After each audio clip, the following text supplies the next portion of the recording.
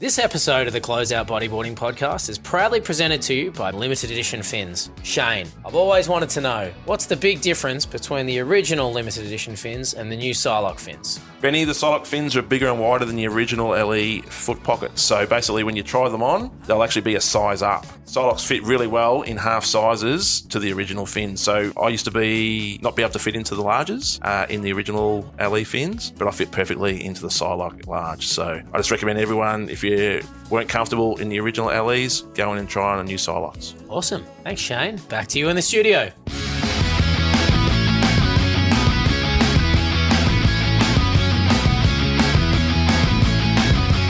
Welcome back to the Closeout Bodyboarding Podcast.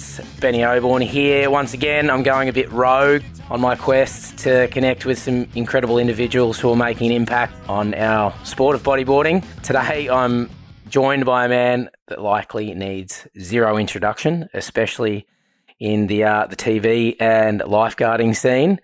From a social media standpoint, he's got a dedicated following of close to 17,000 people on Instagram alone, which is a heck of a lot more than what we have here at the Closeout. Quick Google search labels him as a TV personality. He's a handsome chap to boot, with notable roles in such TV series as Bondi Rescue and Surviving Summer. Not one of my favourites, mate, but you know. Beyond the screen, he's employed by the Waverley Council as an accomplished lifeguard at the infamous Bondi. Also a craftsman, shaping and restoring boards for his business Primal Customs. Welcome to the potty, Corey Oliver. Thank you for having me on. Mate, thanks for inviting me down to your beautiful place here in Woonona. Yeah. A town that I didn't even know existed. Yeah, it's a great little spot. A lot of people don't really know this area, and it's it's full of good people, pretty bad waves, and it's a good spot. But I mean, in saying that, mate, it's pretty central. I mean, you're not that far from heading back up to Sydney and short trips south to the south coast. So you got options. Look, there are a lot of good waves here, but Sydney I try and avoid as much as possible. Just chaos. Yeah, it is. Yeah. It is. Look, I grew up there in Clovelly for many, many years, and then sort of moved to Bronte for a little bit, and then back to Clovelly, and then just after working as like a lifeguard for 27 years, and then I was live-in caretaker at Bronte Surf Club for about 12 years, and then again at Clovelly for nearly 2 years. Mate, Sydney, I had enough. Mate, I worked day and night, nearly every night and every day for a long time. So, mate, it's been good down here. It's a bit of a... Pretty polarising, isn't it? Yeah, it is. It's a different pace, and it's great. We love it here. It's good. Mate, so I guess talking of the term we, mate, you're a big family man now, beautiful wife, young son. Yeah, pretty lucky in that regard. Yeah, different chapter. Give us a rundown. Mate, Harmony and I, we met, strangely enough, I bought her fridge off Gumtree, and that's straight up how we met. And then, mate, she went traveling for 12 months and she was selling all of her stuff, and that was absolutely how we met. She had a little dachshund who was Astro out there, the older one, and apparently I'm the first person he didn't piss on upon meeting, so I feel like I was maybe a chosen one for Harmony.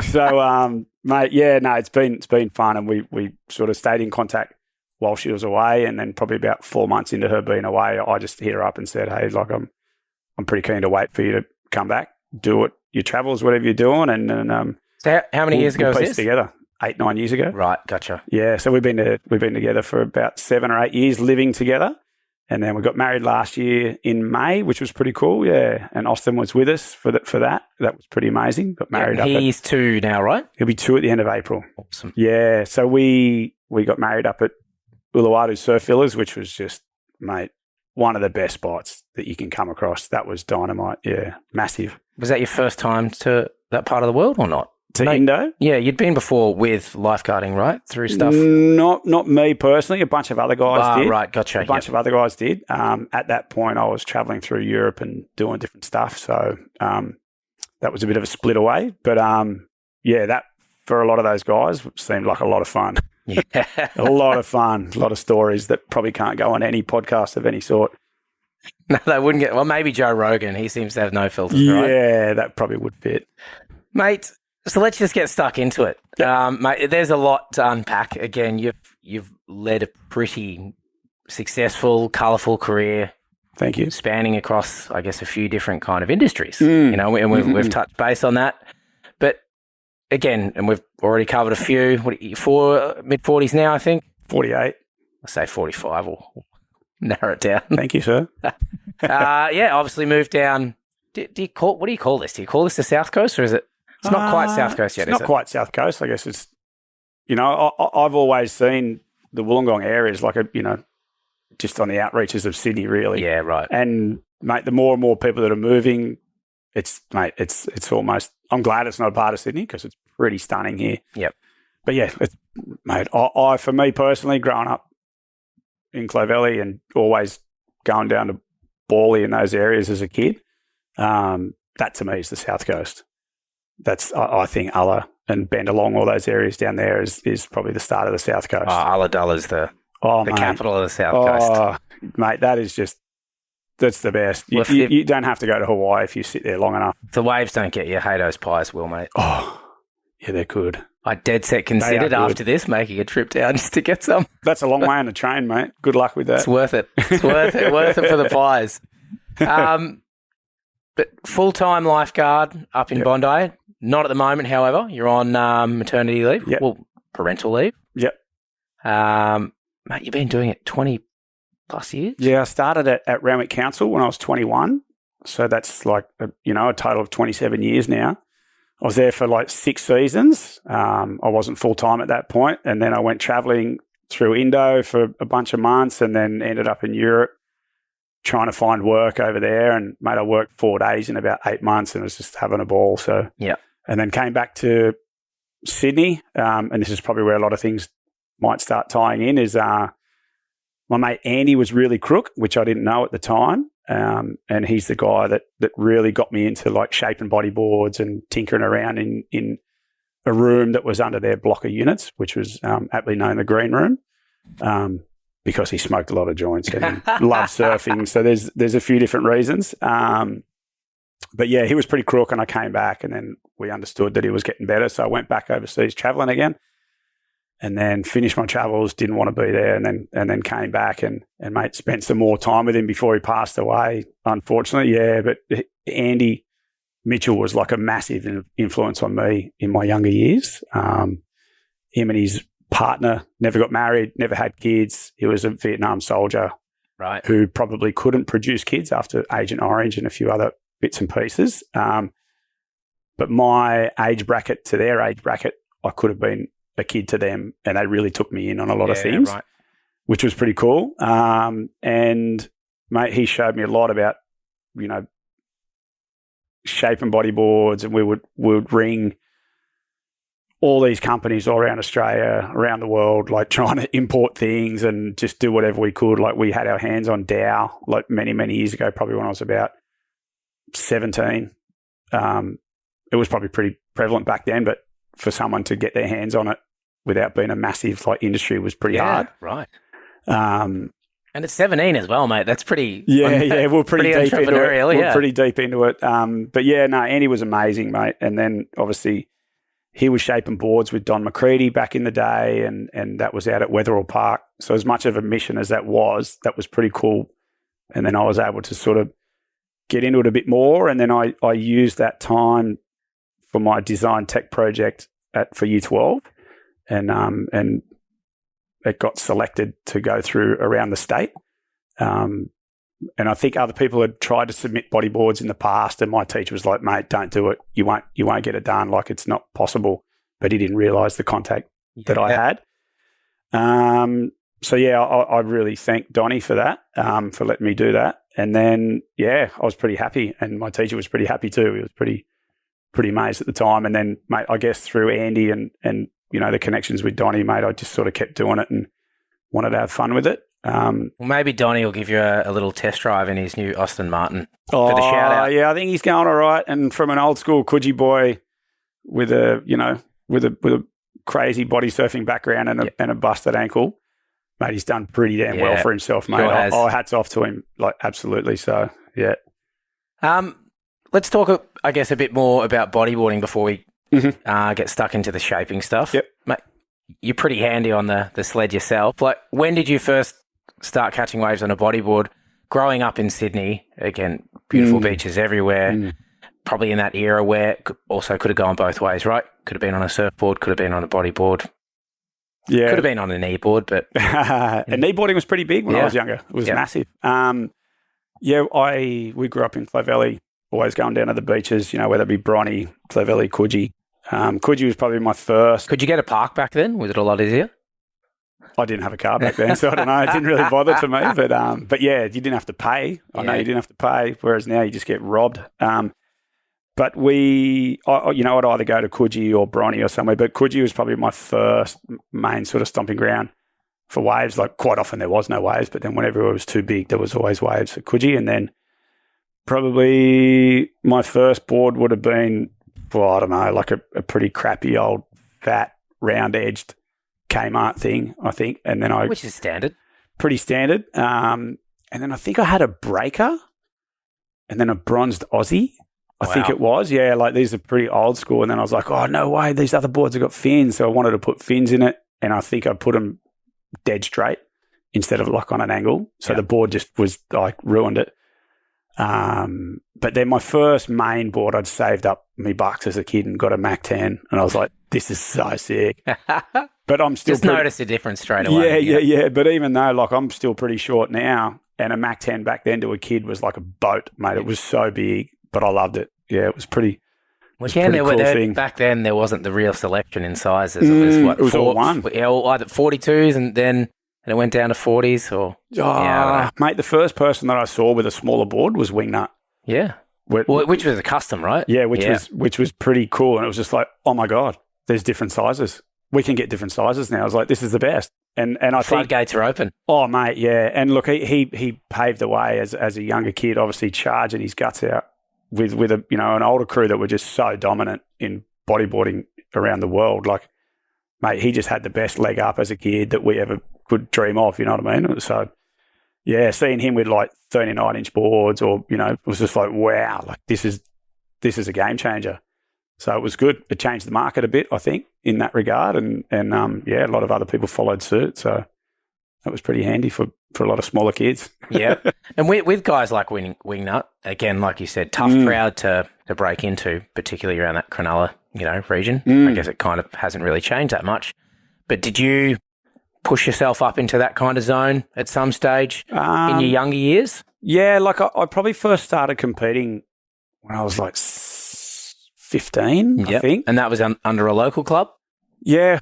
Well, probably earlier. It was with Coogee Board Riders, which was pretty funny because it was like 3 bodyboarders, 2 kneeboarders, and like about 40 surfers. So how that worked out, I don't know. But I think it made me see waves differently to what a bodyboarder would have originally seen it. Like I wanted to surf, but I couldn't. So I was wanting to ride the wave on a bodyboard how they would.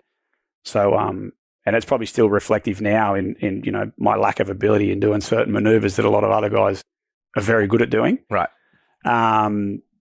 Probably the old rig doesn't want to do some of that stuff anymore. So, but yeah, no. And then my first sort of real comp was probably like local bodyboard clubs. Like Donnie started like, Tamarama Bodyboarders and stuff like that. And we used to go down to, occasionally we'd go down to Gary and compete against some of the Cronulla guys, which was, always pretty like, oh my God, like these guys are the best in Australia. Who else was kind of growing up around Tama? Like, are you the same age as Jose? They're all younger than me. Right. Him and Bo and a bunch of other guys were all younger. And then, we always had a pretty strong crew. But then above us, there was like Matty Lohmeyer, Dave Tier, Marcus Levy, Luke Gallagher, Adam Crisp. Like there was a bunch of really good guys that sort of paved the way for style and I guess back then it was like, oh my God, that was aggressive. Like that was pretty sick. But you look at it now and what guys are doing now is just like, mate, that's phenomenal. Like that's crazy. But it was good. I think that the crew that we had were always so receptive to the younger crew, and that just built a really strong sort of unit. Even now, like it's, the younger guys are always given advice or, hey mate, maybe you should try and do this or, help with your style or, cross legs was, if you didn't cross your legs at Tama, you got bagged heavily. So, Yeah, it was always a pretty strong emphasis. And I think on style, mate, Matty Lohmeyer probably took the cake for a lot of us. Like he just emulated Mike Stewart like there was no tomorrow.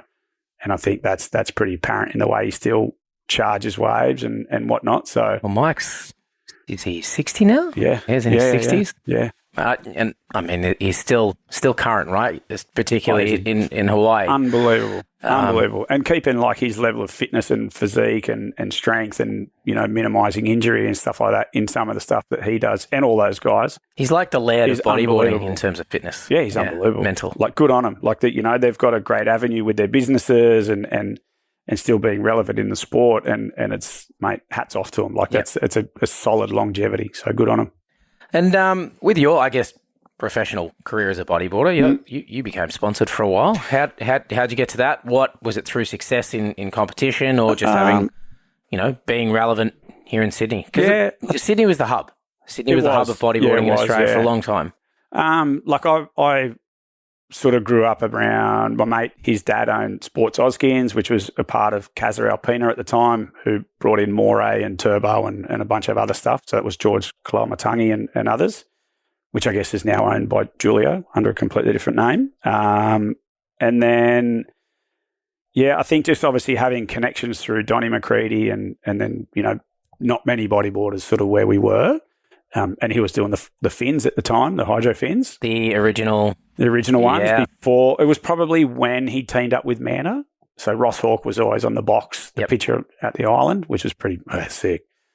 And then he looked for a couple of guys in the local town like that he wanted to sort of sponsor. And then we did some comps at Maroubra and things like that. And a bunch of guys there were onto him.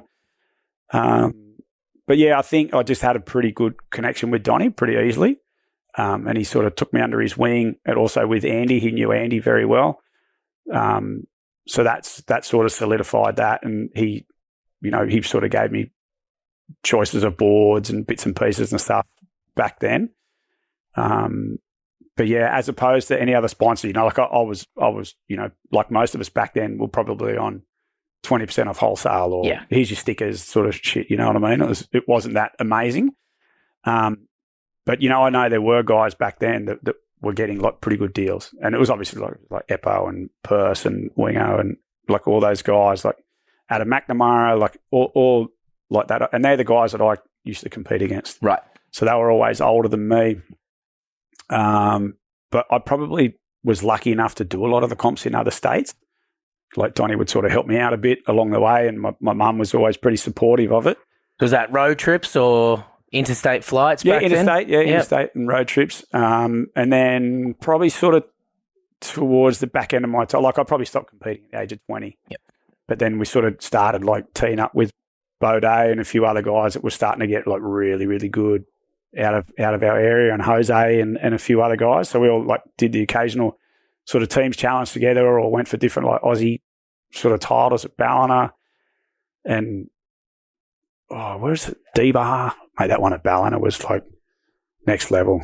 People got locked up for the night. There was all sorts of stuff going on. That was pretty eventful night actually. So there was There's still, funnily enough, there's still a few crew involved in our sport that, whether it's at a Port Mac Teams Challenge, or at the nationals, which are now run by Surfing Oz, that know how to have a really fucking good time. They fucking rip in.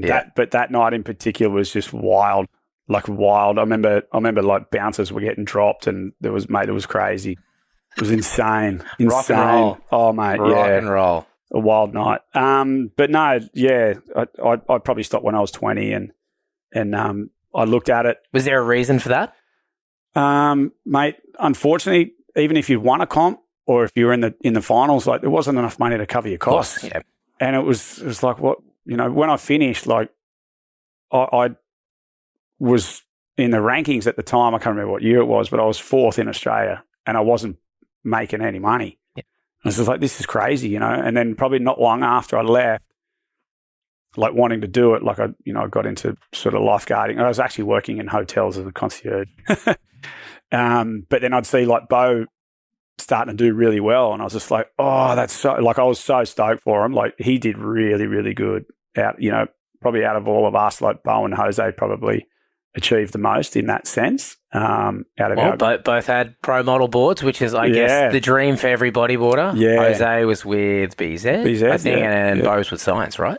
Yeah, Moray and Science, but he obviously got his pro signature model bottle with Mike, with Mike, yeah. But, in saying that, like, I don't know if they were making much off those royalties, you know what I mean? Like, and it comes down to sales.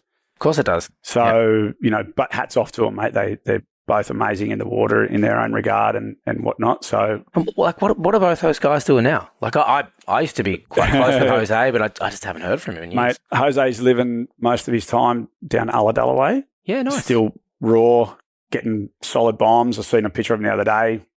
It looked like big kilos or something. So, or it may not have been. It could have been somewhere else. I don't know. But yeah, it was a bit of a beast. But he works in TV production. Yeah.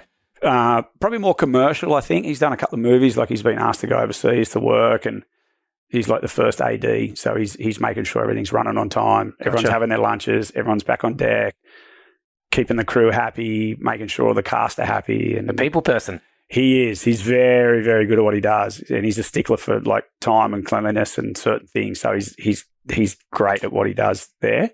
Mate, Bo's living up the coast.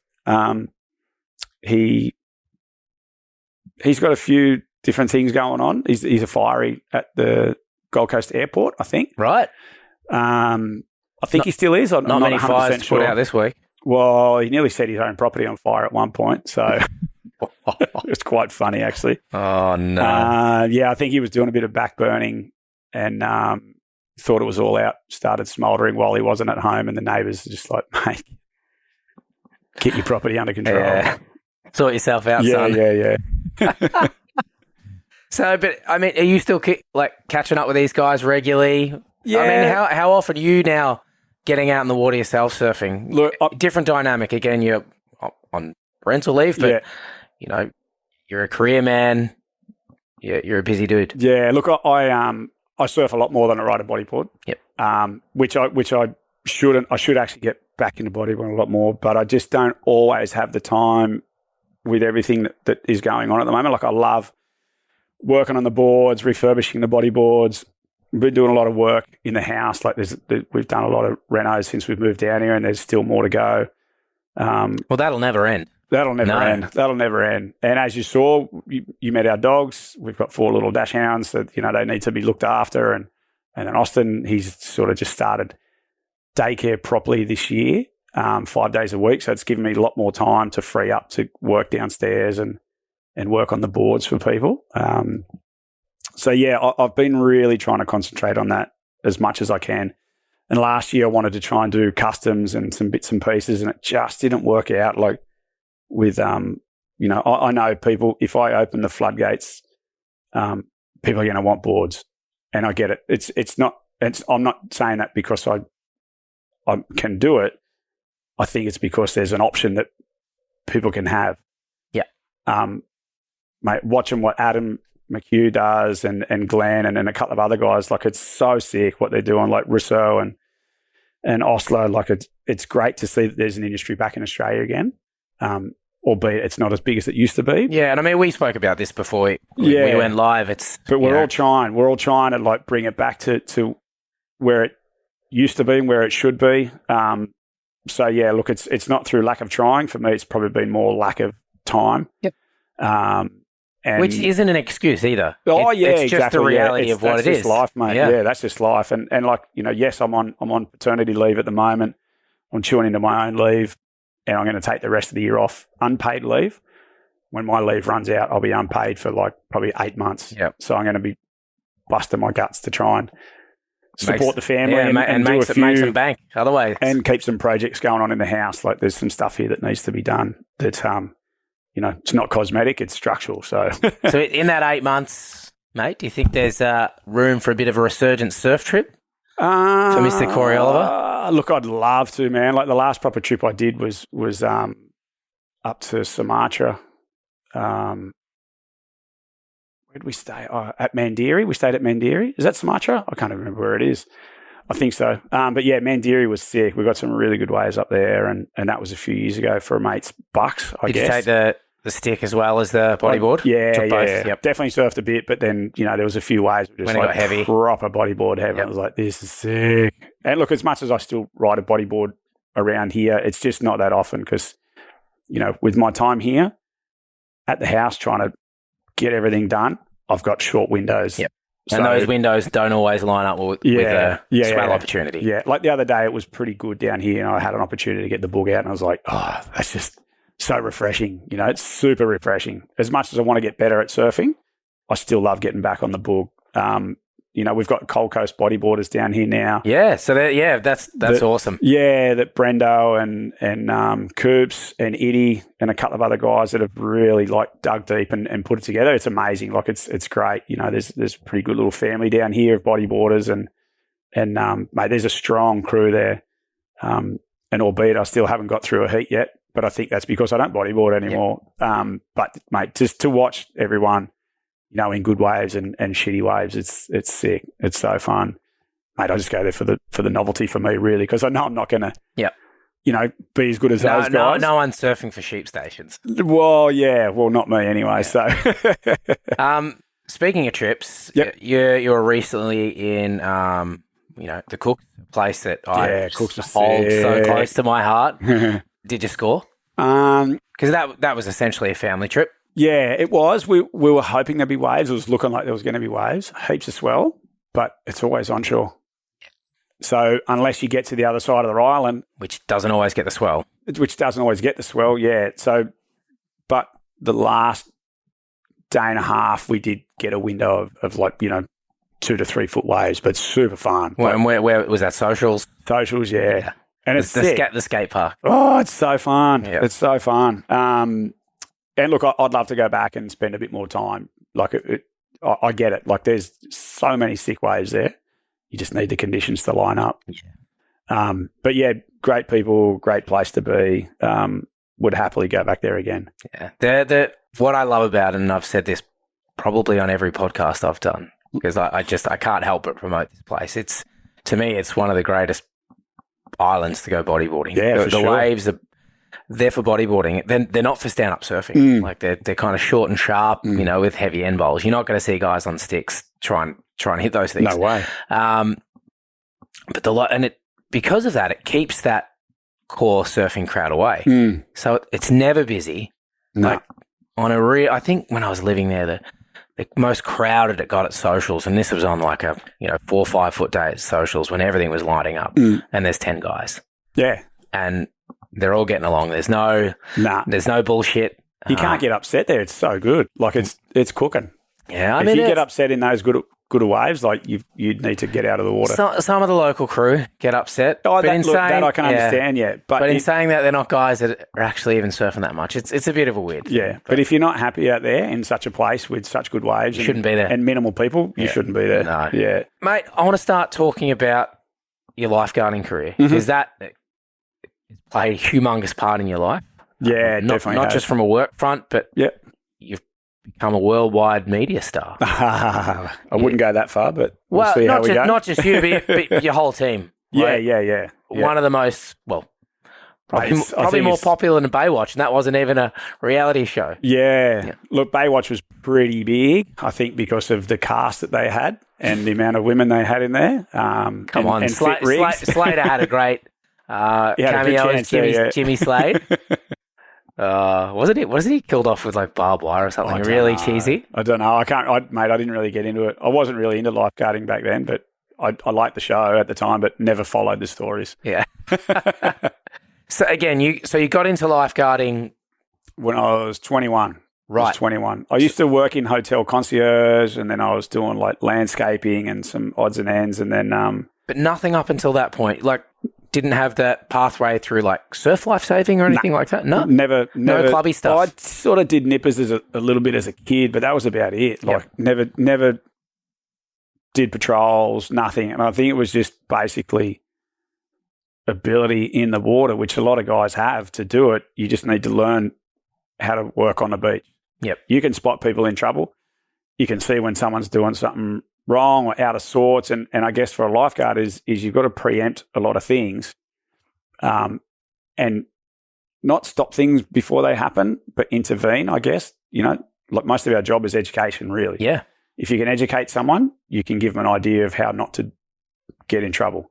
Which I think, again, through Bondi Rescue, you guys portray really well. And obviously that has a lot to do with edited. it, the production team and whatnot. But you do see a lot of education and life lessons come through that. Yeah. And look, one of the biggest things is that when it was first on the first 2 or 3 seasons, like they filmed really close on people. Like they wanted to get the fear in people's faces. They wanted to get like the reaction of like someone getting rescued or whatever it was.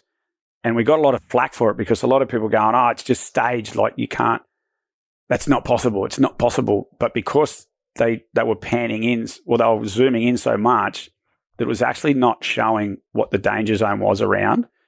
And we actually had a chat with them. We said, look, if you guys are going to do this, we want it to be majority educational and it needs to come back so people can actually see the water flow, like all that sort of stuff. And they were just like, oh, right. Because it was an unknown back then. Yeah. Like this show's been going for like 18 years or whatever it is. And I guess... And still people are out there making mistakes every single day. They're always going to do it, mate. They're always going to... And look, a lot of people drive so far from wherever they're living to go to any beach. Yeah. They're going to have as much fun as they can. Of course. In the small amount of time they got. And, a lot of people just aren't onto it. The amount of things that I've seen go wrong in a matter of seconds is mind-boggling. And, like, there's a lot of things that they probably film that don't see the light of day because something more crazy has happened. And there's, we could go back to them and there'd be thousands of hours of footage that hasn't been used over the years. But they're only there from like the middle of December to probably the end of February. So there's like another, 9 months of the year when things are going wrong. So on that, again, it's a pretty big little bay, Bondi, right? You've got you guys, which are your central tower. Yeah. Right? And then I know there's a north. Is there a south Bondi tower as well? There is, but we try to utilise it, but not, because the more you're down there, the more it encourages people to be there. Right. Yeah, there's the flags are always up the northern end or sort of north middle. Yeah, I was down there on Friday. They were up the north end. Yeah, we try and separate the beach. Like generally, that end of the beach, the way that the coastline is designed there, the northern end faces directly south, the southern end faces east. So it's on like this, like almost a 90-degree bend. Yeah. But so the way currents and the way the currents and everything move, the sand is always packed better at north. Right. It initially used to be a sand mine back in the day. Gotcha. So they used to, extract a lot of sand for building materials and glass and all that sort of stuff back in the day. So, but obviously they don't do that now.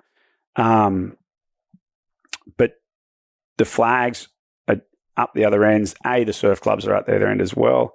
Southern end is usually like full of ribs. And so we try and keep the surfers down that end, swimmers and softboards up the other end. So, mate, when there's tens of thousands of people on the beach, it's so hard to separate something like that, but we try and manage it as well as we can. So, again, using that term we, and I'd love to know this, in terms of the size of teams you have, because you go through those different seasons, I mean, let's be honest, weather in Sydney is pretty moderate all year round. Yeah, it's usually pretty good. I can't imagine there's too many days throughout the calendar year where there's no one at Bondi. Mate, there's always people at Bondi. Mate, the only time I saw no people at Bondi was when COVID was on, and I put the drone up just to get those pictures. Yeah. And it was kind of eerie. It was really eerie that there was no one in the water, no one on the sand. It was strange. Like we weren't even going on the beach, and we had people in the public just saying, "Mate, you guys have got to train. Like you should be out there." And we're like, "Yeah, but if we go out there, like that's not setting a good example." No. So we all took a back seat as well through that period. We're not different to anyone else, and we didn't want to be portrayed that way. So I think we tried to set a pretty good example for the community that we work for and that we're immersed in. We wanted to be, as good a role model as your neighbour. Yep. So, and how big it, like, what's the size of your team throughout the year? Because I assume it goes up and down. Yeah. Summer because you're you've got tens of thousands on the beach. Yeah, look, every day. no one drops off anymore. So they put a system in place a while ago. They put a bunch more permanents on just because only Bondi used to be open officially all through the year, and then Bronny got open, so that allowed for a couple more permanents. And then through COVID, they had Tama open because they couldn't have a beach in the middle being unpatrolled. Right. So they put us all on, and then that set a precedence for permanents to be there as well.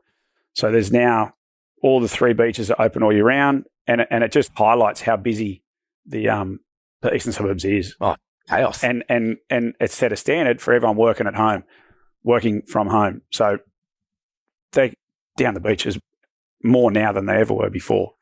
So throughout the year, there's I think there's 35 or 36 staff. Right. But on any given day at Bondi, there'll be 7 guys. Yep. If it looks like it's going to get really busy, they might bring an 8th in. Sometimes there's 6, depending on availability or if someone's sick or whatever. Bronny and Tama, there'll be 3 and 3. Are you, again, all part of the same council? Are you all on a bit of a rotation? I mean, you're solely Bondi, right? Nah. Will you move about? Team leader, I'll be Bondi and Bronny. Yep. And then there's the 2 supervisors, Hoppo and Beardy. They pretty much just stay at Bondi, working what they're doing. But they can sort of go wherever they want. We can we've got a pretty good group of guys. Like if someone has something on, hey man, do you want to swap? I've been here for too long. Do you mind? You want to do a day? Guys on the opposite side of the roster might want to do a swap to have a couple of other days off. And it's we all look after each other. It's a pretty good unit. Must be a pretty tough swing though in that summer period. A lot longer days, more time. We do a 38-hour week. Okay. So we still do the 76 fortnight. But what we do is, so you'll work Monday, Tuesday, you have Wednesday, Thursday, Friday off. Then you work the weekend. Gotcha. And then the following week, you only work Wednesday, Thursday, Friday. So we do a 7-day fortnight, but we do 13-hour days. So you chew it out, but if you want to have 7 off, you only have to swap 2 days. Okay. So some guys do that and they get a really good break. But because you're sort of knocking it out in those hours, you're probably going to go to the beach after work anyway. So you may as well stay there and get an extra 2 days off. Yeah, right. So down here at Wollongong, they do a 9-day fortnight. So I'd rather work a 7-day fortnight. Yeah. It's, it just gives time for family, and a lot of other guys are tradies or they want to surf or train or whatever. So it's actually really, really good roster. And how does, I guess, a training regime fit into that schedule? Yeah, because you guys have got to keep yourself fit. Yeah, everyone tries to train an hour a day. And where does that take place, or is that entirely up to you? No, it has to be at the beach. So you can either go into one of the gyms at the surf club, or you can do your own stuff. Which is up the north end, right? Yeah, some guys have an affiliation with North Bondi. Some guys have an affiliation with Bondi. Right. And then, but a lot of guys probably prefer to do stuff in the water. They might mix it up with a bit of strength work or pre-rehab, so they don't get injuries. They'll go and stretch or do some weights, and there's some weapons there, man. There's some guys that are doing sub 3-hour marathons and triathlons.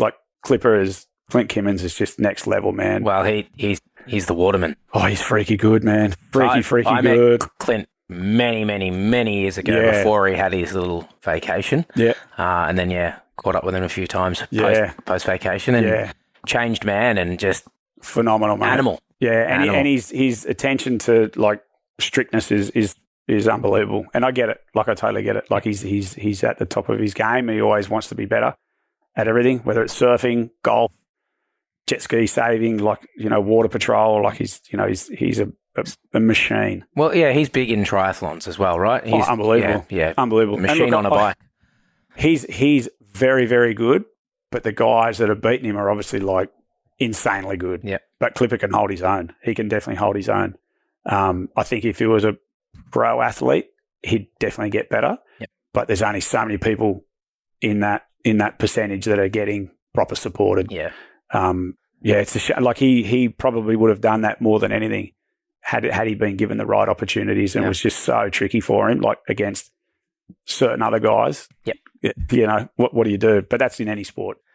I get, we spoke about this too before with those kind of curriculum kind of activities that you're doing to push your own boundaries, but also to kind of keep in shape. You spoke about a Molokai paddle you did. I remember watching a clip on, is it Ryan? Swum the English Channel? Yeah, he swam the English Channel, yeah. He's a mate, he's a freaky athlete and anything. Like, mate, when he was younger, like footy, he was good. Surfing, he's a weapon. He was his name Sam Marshall on Home and Away back in the day? Yeah, when he was a kid. Yeah, like he's had an interesting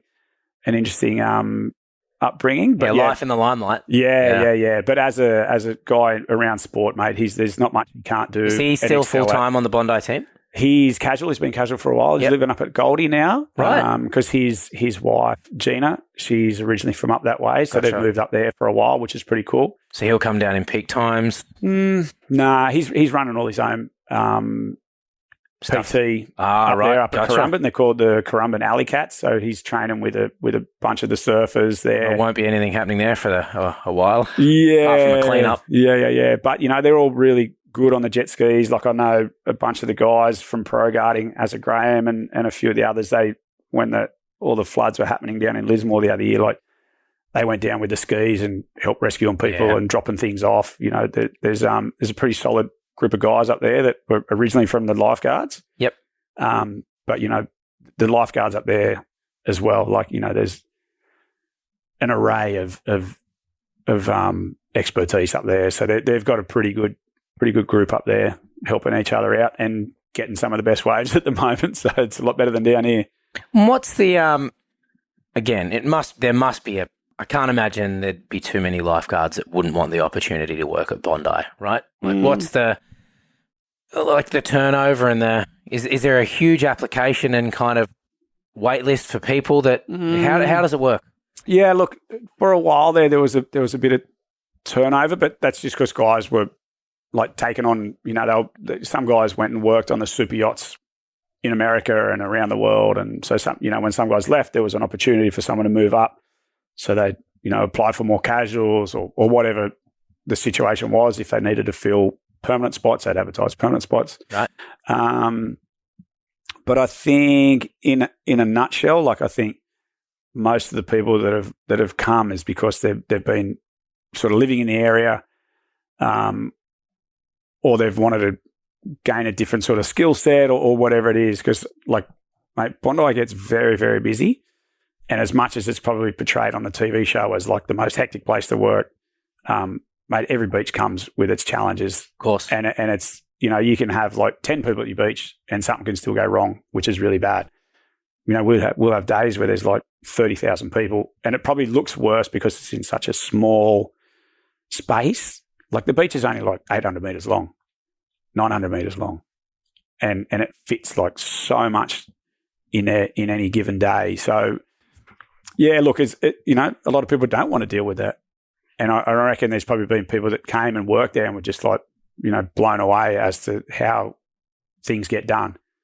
And look, whether they left because they, found a different avenue, like I know guys have gone into like fireys or paramedics and all these things, but they've still stayed on as a casual, which has been amazing for us because we've actually got a really strong group of skill sets to help people. There's a lot of guys that are multilingual, like French, which Italian, you definitely Spanish, need. German, Japanese. Like there's a lot of guys that can really communicate with internationals. So that's been pretty handy as well. Well, I mean, even just listening to you talk about this, you clearly have a very calm demeanour. And I learn patience, mate. Well, again, and I assume that's come from your 20 plus years in the game. Without probably going into too much detail, there's probably been so many positives in your line of work. Yeah. With that comes a lot of look, probably negative. Yeah, there is a lot of positives. Like, look, a lot of my travels around the world has been from people that I've met on the beach. Yep. We did a stint many years ago working in Sweden, and that was just reaching out to different people. We worked in Japan. I was speaking to lifeguards in Argentina and Spain and all these other countries, the Netherlands. I worked on the education program at Waverley Council for many years, helped rebuild that, and that sort of led down different paths. you get to stay fit. You get to see your mates at the beach. It's a pretty good lifestyle. I'm definitely not an indoors man, and most of the guys will be the same. I reckon they want to be outside and have a good environment, good healthy environment. But yeah, look, it does come with downfalls of screaming kids, lost kids, blue bottles. I don't ever want to see a shark bite or an attack, but I'm sure that's a tricky one to deal with. I've dealt with a lot of resusces. I've dealt with a lot of suicides. Evidently, you're facing the most common thing that I guess is drowning, right? People in water leads to drowning, and I can't imagine maybe you do keep a tab of how many times you have to do this for data reasons within the office. But look, it's all documented at the end of the day. Yep. And I'm sure if you went through it, you could find it. I'm not one to put numbers on things. I don't like to dwell on it too much. But one thing that I know that I can pride myself on is that I didn't let any of that happen. Yep. It wasn't because I wasn't looking, and things that have eventuated was out of my control. Of course. And I think if in any rescue service, I reckon that's when you'd probably start going, oh my God, I need to sort of recollect things here. If it's because you're not doing your job properly and things are going wrong, then you probably shouldn't be there. A, it's not fair to the people that are coming and using your environment, and B, it's not good for your mental health. Yep. So, it does come with a lot of risks and rewards, but, you do have, like I said before, sometimes you'll have 6, maybe 7 guys looking after anywhere from 20 to 40,000 people. That's a pretty big ratio when surf schools are 1 to 6. Yeah. It's crazy. Yeah. It's crazy. And school teachers are 1 to 5 or whatever it is. That's, mate, the expectation put on lifeguards is bananas, astronomical, mate. Yeah. From time to time, there's going to be death on a beach. Yeah. And it's a touchy subject to bring up. I recently watched a replay of one of the episodes, and I'm trying to not even remember the details, but there was a death that occurred, and it was one that really, you could tell that it just sent ripples through your whole team.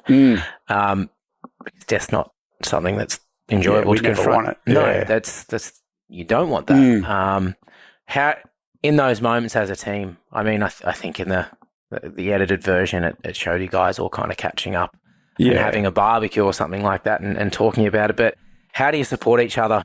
Look, we always try and sort of have a chat at the end of the day. We've always got a work group message sort of thing, and everyone definitely always checks in on each other, and everyone sort of has a joke about certain things. Nothing towards the situation, but just to try and sort of lighten the load and just not change the subject, but help people sort of get that there's that real friendship and camaraderie is there for anyone.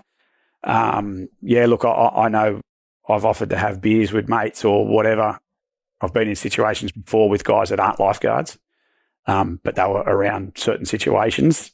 And a friend of mine, he can tell me the time and the date and everything of a certain situation that happened, which I don't know those details. I remember the whole situation, but I know it's affected him for quite some time. I'm pretty sure he's good with it now, but just for certain people that know exact, definite, I guess, memories, that's when it sets in for people. And not that I'd try to forget it, but I try not to let it weigh me down. Because in any rescue service, whether you're a fiery, ambo, surgeon, lifeguard, SES, whatever, if that stuff starts really weighing you down, then I think it's, you need to go and seek some sort of assistance. Look, I'm not susceptible to it. I don't try and block it out, but I think I just try and sort of ride my way of working to if something was to go wrong, it wasn't because of my and you did everything skills. within your power and your skill set to find a resolution. Yeah. And look, some people drown because they've had a heart attack. Of course. You don't know that until you get the information later on. And it could be that someone has done it on purpose. Mate, I remember watching this guy like sort of about to walk down the rocks off Bronte at the northern end between Bronte and Tamarama. I was just like, oh, okay, he's up there. And a lot of people jump off it just for the fun of it. Like, it's an easy jump. It's not that high. And then I was just like, what's this guy doing? Like, he's just sort of like swimming and dawdling. I was just like, I'm going to paddle out and just see what this guy's doing. And he starts like screaming like, help, help, help. And I was just like, oh, okay. And there was waves like hitting in the rocks. I was like, mate, I need you to come just over here, like just into like a little channel. Otherwise, I'd lose the board up the rocks. And then you're putting yourself in harm's way as well. Yeah. And unbeknownst to me, I was just like, why isn't this guy swimming? And then he finally got to me and I could see he actually tied his legs up with a weight on it. Right. But the weight has come off. But his legs are just tied. And his legs are tied, so he couldn't swim. And I was just like, oh, my God. And I was like, all right, like my whole perception of the situation changed. I was like, all right, mate, come on, just come up here. And I undid it. And, you know, I just sat with him in the water for a little bit, just let him collect what he'd done and just sort of zone out, chill out a little bit. And I brought him back into the beach, away from the swimmers, away from the flags, and just sat with him for about half an hour, 40 minutes. And he'd come from like a private hospital sort of thing up the road. So he was obviously dealing with something. Even it wasn't in a great headspace. Yeah. Anyway, like I eventually got it out of him and I drove him back to the hospital because he didn't want to deal with whatever it was. And I asked the boys, I said, mate, I know I probably shouldn't be doing this. I said, but he doesn't want the paramedics. He doesn't want to, like, he's consoling me right now, and I need to take him back because I don't want to see him go for another situation. Another crack at it, yeah. Yeah. And it was just like, man, how did that just happen? Like, and we see, you know, we don't see it regularly, but that's the things that we come across, and that's just at our 3 beaches. Yeah. I don't know what's happening at other guys' beaches. Like, I think it's again crazy, because. Mate.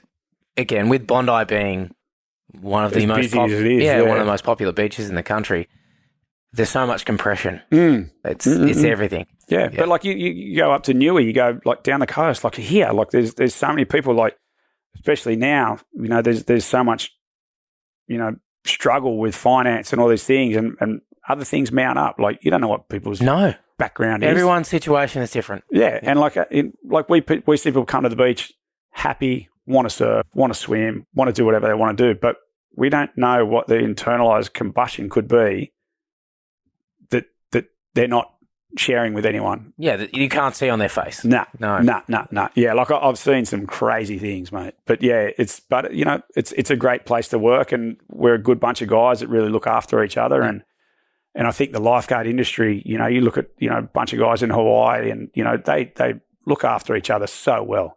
You know, they're weapons at what they do. Oh, especially in Mate. Hawaii. Yeah, those guys are exceptionally amazing, you know. Well, speaking of Hawaii, Bondi Rescue, and I'm not sure if you've watched it, there's a new TV show out that's called Beach Rescue that is based on the North Shore. I heard something about it. I haven't seen it, but I did hear something about it. I've watched it. My wife and I actually really enjoy watching it.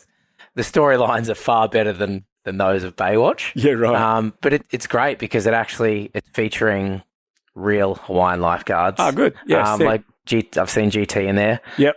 He's amazing. The late Tamayo Perry. Featured in a few of the episodes. Yeah. Man, that broke my heart. Even being a bodyboarder, you know, growing up, I bought a lot of surfboard VHS and stuff as well. And, you know, Tamayo was part of that early rip curl search stuff. Mate, I remember watching him get so barreled at pipe when I was a kid, and I was just like, this guy's an absolute lord. And he wasn't much older than me. And I was like, wow, this guy's amazing, amazing good. That was so pretty crazy. He was so connected. Unbelievable. Yeah. I do remember watching him get one wave, and I think he broke his femur, or he broke something in his leg. Anyway, he was getting carted off next to, like, you know, obviously there was people around, and he was getting sort of, you know, lifted up and put into an ambulance, and some girl come and was helping him out, and he didn't know her from a bar of soap. And we just watched this hot chick get in the ambulance with him. We're just like, did that just happen? Like, it was the funniest thing. It was just like, no way. Like, it was, I don't know, they didn't know each other from a bar of soap. Yep. And like I knew, like I was talking to Abe Lerner and a few other different guys at the time back like years ago, and I was just like, did that just happen? Like it was, to go through such an injury to pull a chick was pretty phenomenal. But yeah, he was amazing in the water. Hey, so good to watch. We're almost going to start talking about the shaping stuff. But Okay. again, the team of people you work with, like all different kind of backgrounds, all different kind of career goals and visions and personalities. Yep. How do you handle that? I mean, how do those guys handle not only doing what they're doing, but also having cameras pushed in their face all the time? Because you're dealing with real life situations, and you're dealing with people's emotions and feelings and whatnot. Like the first couple of years, it was quite tricky. Yeah. Because we were just like, whoa, what are you doing? And they're like, mate, I'm just doing my job. And it obviously took us a little bit to understand that that's their job. They're capturing what they can capture. Like, and we're used to it now. But then you'll see people in the public going, get rid of that thing, da-da-da-da-da, and they have to explain what they're doing. And I think now it's probably a lot more acceptable because people they know the show and what's going on. But some people don't want cameras, and we're like, yep, no worries, and they'll just shut it off. So some people are happy for it to happen, some people aren't. But generally for the lifeguards, if there's a new person coming in, they're a bit taken aback by it and whatnot. Yeah. It's fun. It's funny to watch. Moment, it's funny to watch because we think like how tricky it was for us. But I think now that there's so many guys that have been around it, it's a bit easier to help other guys with it. But no, it's been good. It's probably sort of helped guys realise that you're going to get scrutinised very quickly. Because it's there to be seen. It's the power of media. Yeah, it's there to be seen, and I think it's probably encouraged guys to be a bit more professional and different aspects of their job. Because there's people out there that will watch anything and pick the eyes out of they shouldn't have done that. They shouldn't have done. Oh, what are they doing that for? And it's and I think it's it's probably been a good thing for some guys to go, oh, okay, I need to change this, or I shouldn't. Right. But I think for quite a long time, it's been a pretty professional unit anyway, in that regard. So, yeah, look, everyone has their vices outside of work places and, whatever that is. And there's a few bodyboarders on your lifeguard team. There is a couple, Jethro? Jethro, Yeah. he's actually not working with us anymore. Right. He's now... Hope he didn't give it up to chase the bodyboarding dream. Jesus. Nah, poor choice. Look, he's pretty good at it, but he's probably not going to make money out of it. But he, mate, he's a rescue guy in a chopper. Right. Yeah. So wow. So he's taken that next step up. Yeah. So he's awesome. looking up at the Cairns at the moment, and he's one of the crew, one of the rescue crew. Helping people in need with choppers up there. So, mate, he's had a pretty good turnaround, which is good.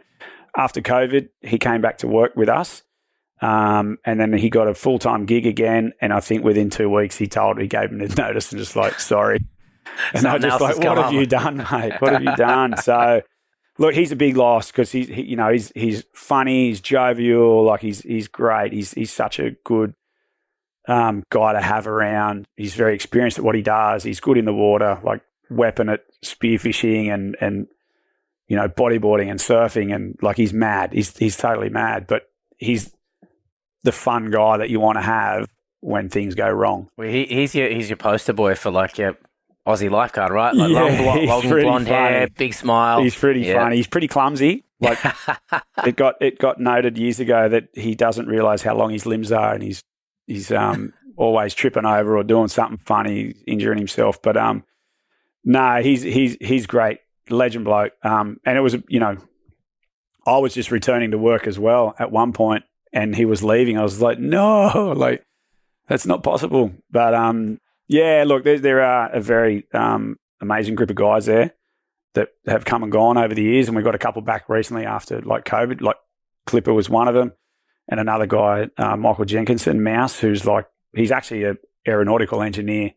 So there's a pretty diverse background of guys that we've got. Yeah, mate, he's unbelievable. You guys run the world. He's unbelievable. Well, yeah, we'd like to think we could, but that's probably not going to happen.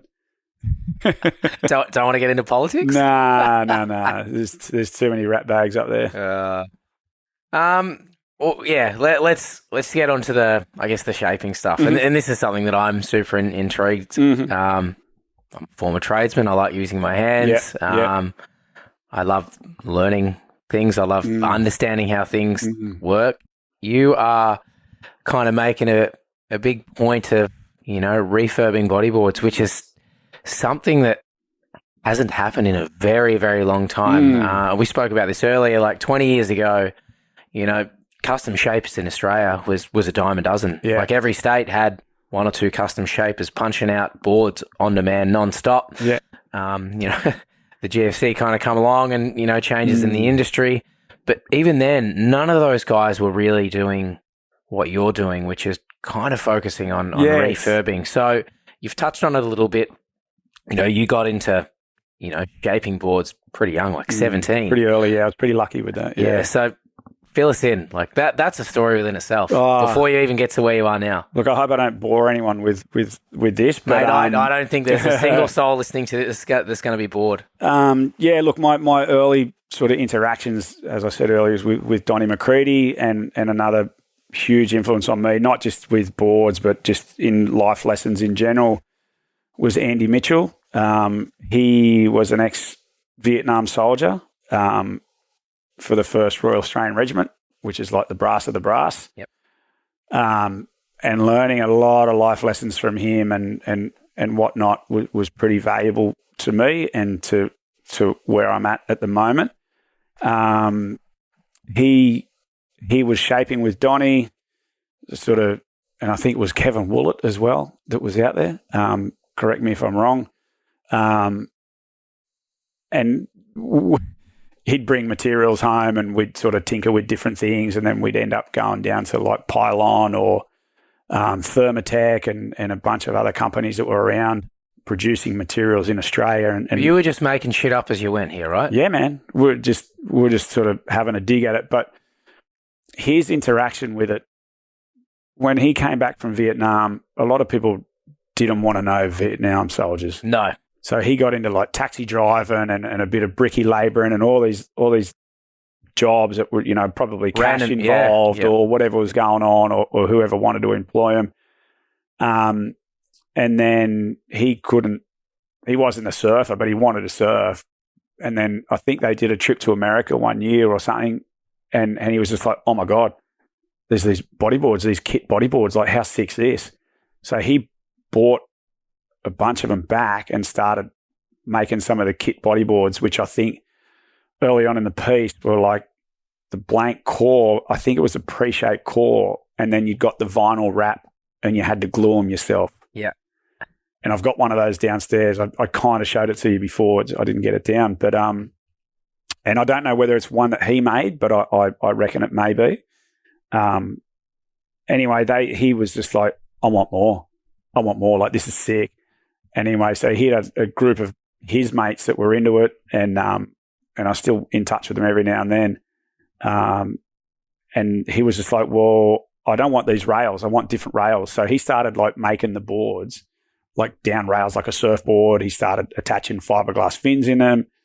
And it was a very different way of riding a board. The things that he made looked like bullets, some of them. And I guess that's probably from his thinking of like how aerodynamic a bullet is as out of coming from the army and things like that.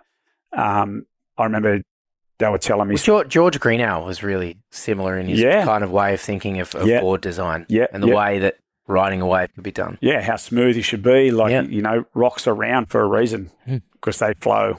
Water flows over it, and anything that's rounded it catches less surface. Yeah, so for a bodyboard where there's like edged rails, in some sense, you're kind of slowing it down.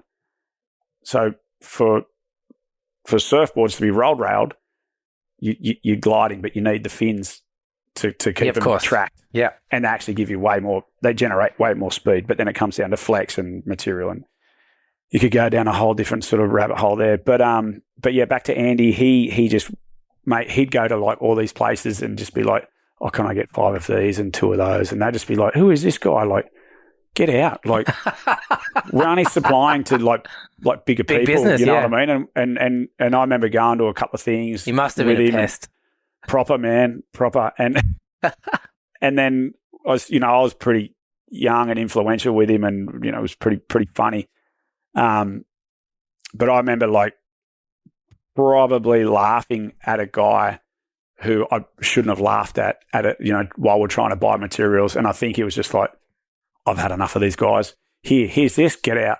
And it was just like, and I look back on it and I was like, I shouldn't have done that. He probably would have given us a whole lot more and probably built a better relationship with him over the years. But that's just how it was. Like, you just couldn't get your hands on things unless you went and knocked on these doors. And then anyway, I started sort of getting a bit more involved in it and sort of, clearing my head a bit more about how to go about speaking to like businesses and things like that. Look, I'm still not a genius at it, but I try to just do things my way. And, Thermotech were always really good. There's another company, Megara, down in Melbourne that made some pretty amazing stuff, but unless you're ordering Bulk, you're not getting it. yeah. And there's all these plastics and foam companies all around the world that make all these different packaging or plastics and things like that, but they just don't make the right grade that you need for bodyboarding. Yeah. And, I've looked at all these other products and possibilities of building boards with these other products that I can get my hands on, but they won't sell because it's not Surlyn or it's not, a certain PE. And I get it because the properties of that constructed material, won't be the same, and it probably won't perform the same. So there's that fine line of like going, oh, I'll test this. Can I buy 40 grand's worth of stuff? And it goes wrong. Yeah. So I've always... And that's big money to lose. Big money to lose, mate. Yeah, it's big money to lose. So it's a gamble.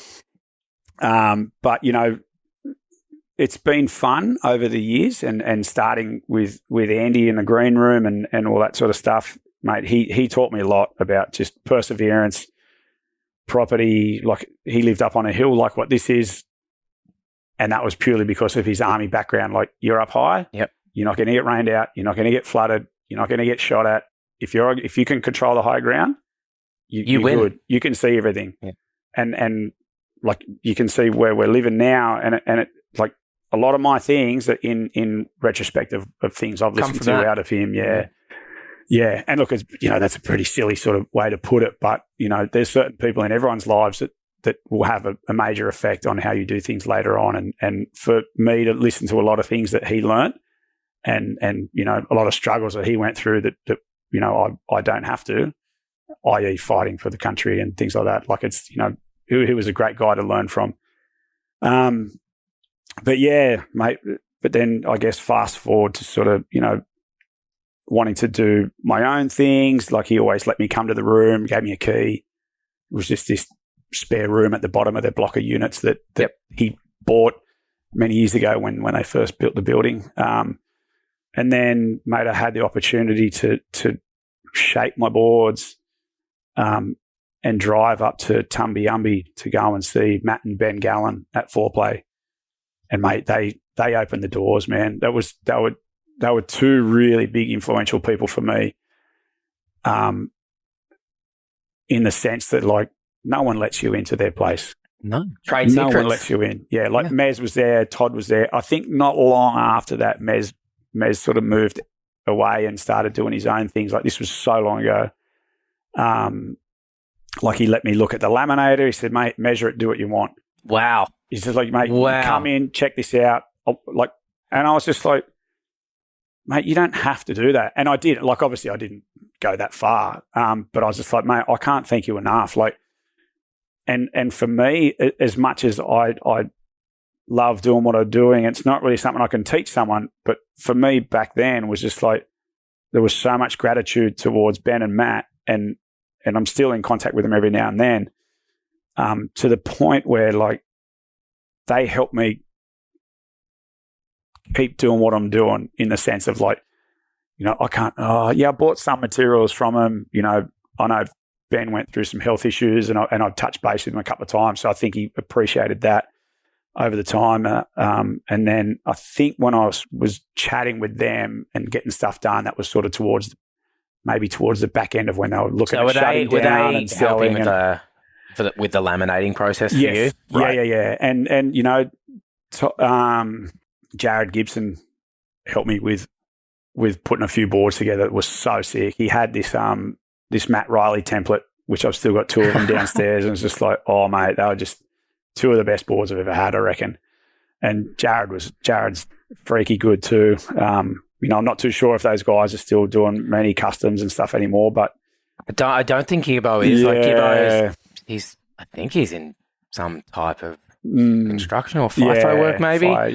I'm pretty certain he sold all his gear off. Yeah, and as you know, like doing things with your hands is you know, I think it's great for people to be able to make anything.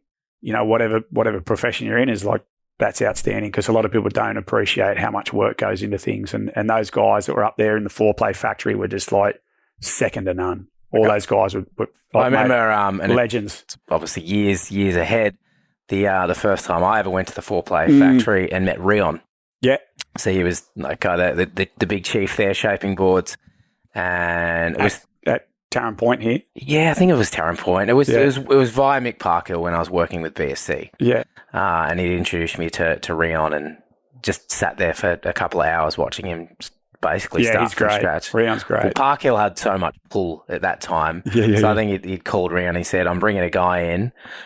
The board wasn't for me. I think it might have been Dallas or something. He's like, make the board start to finish and don't stop. It was mind-blowing. Yeah, he's really good. Like, I wish he was still making boards. Yeah, I wish he was still making boards.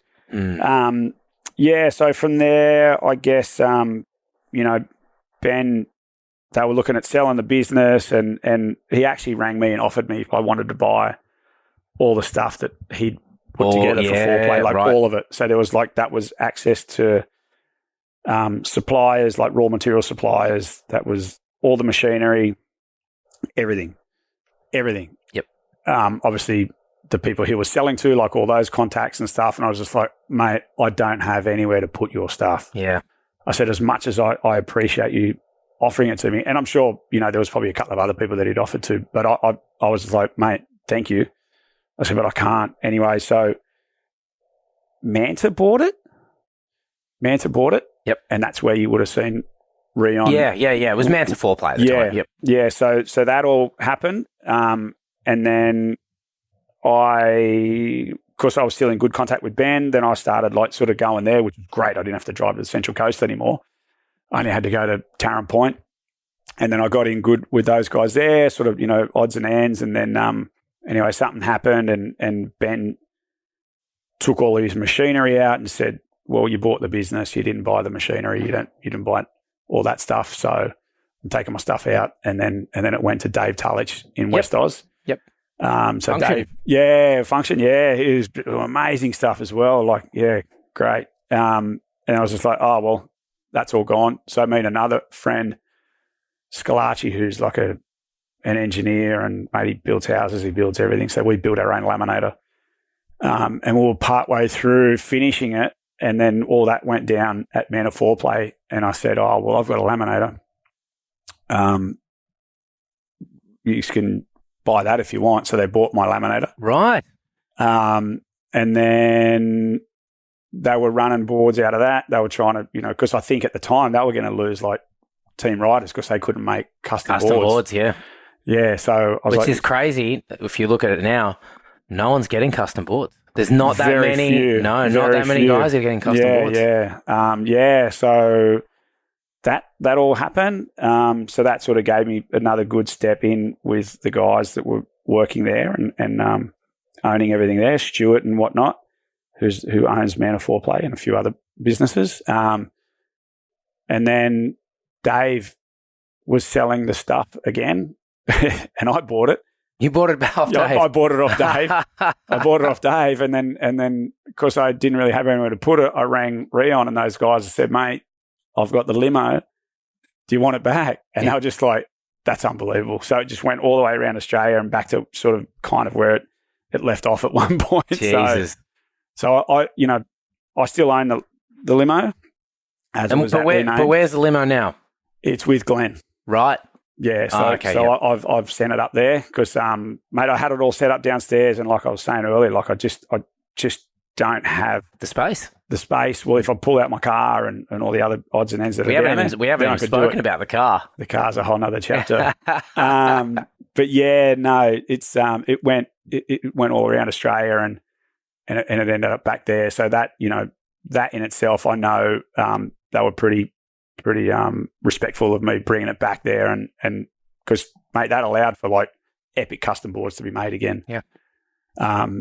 Yeah. So then that all changed hands. You know, Rion left, and then, you know, I guess Stuart, he's not making boards. Yeah. he's just getting them made and you know, distributing. So I had to take all the stuff out of there. They were downsizing the factory and whatnot. So yes, I brought it here and I was looking at starting everything up, and that was when COVID happened. All the shipping prices went through the roof, and I was just like, oh. And they haven't gone back down since. Yeah, and I couldn't bite the bullet. I just couldn't do it because had things not gone right, mate, I would have gone backwards big time. Yep. And, you know, doing things with my wife, Harmony, and you know, looking at having a family and stuff, it just wasn't a good option to Risky choice, gamble mate. with that. Yeah, Risky choice. yeah. So yeah, it's been an interesting bunch of years of late. So anyway, we're getting there. So I guess with the work you're doing now, a couple of things I want to chat about. I want to talk about probably the relationship that you've formed with like the VBC community. I want to talk about sustainability and also just kind of break down that process of what you are actually doing. And you've probably just touched base on it. Your laminate is not here. So with that kind of stuff, are you just sending what needs to be laminated back up to Glennon to come back down? Look, I can do a lot of my own lamination here. Yep. I've sort of got my own way of doing things, and that was Trade top secret purely things that I learnt with Andy back in the day. Yep. But also from what I'm doing, a lot of current products don't laminate to old products. Gotcha. So there's a big difference in you know, things bonding. Yep. So unfortunately, sometimes I do have to use a bit of a glue up. Yep. But I'll always heat laminate where I can. Yep. And that's just the honest truth of it. Yeah. Because, you know, things that were made like 30 odd years ago are not current anymore with what's being made now. It's completely different, like chemical composites and whatnot. Properties. So yeah. I know some things can be heat laminated again, and I will always do that. And I've tried to bond like PP to PP, PE to PE, and they won't stick. That's just unfortunately that's just the you know, different chemical structures. Science, baby. Yeah, Science. Yeah. So and I guess that's why Mike may have named his board Science. Is there's so much science in, like, you know, waves and you know, bodyboard tech, surfing tech, everything. So mate, it's a very, very clever name, and he's a very smart man. But yeah, look, going back to my stuff, mate, I've got belt sanders, I've got rulers, I've got pens, I've got textures, I've got knives, a sharpening stone, suction table, rollers, and mate, that's about it. Yep. And a bunch of templates, like heaps of templates. Yeah, and mate, I love doing things with my hands, like, you know, some of the things I've showed you in the house, like we've done ourselves. You know, and I like making stuff. Yeah, I love it. I hate seeing things go to waste. I've always been that way, and I think having this niche little side gig that I can do, and hopefully do a lot more now while Austin's got more daycare options.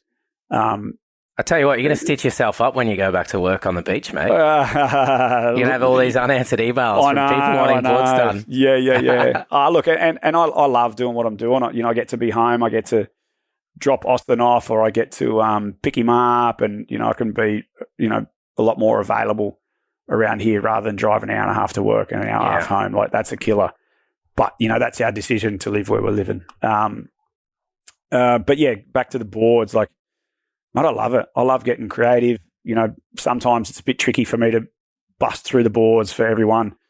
You know, there's boards here that need to leave because while there's boards here, I can't bring more stuff in. Of course.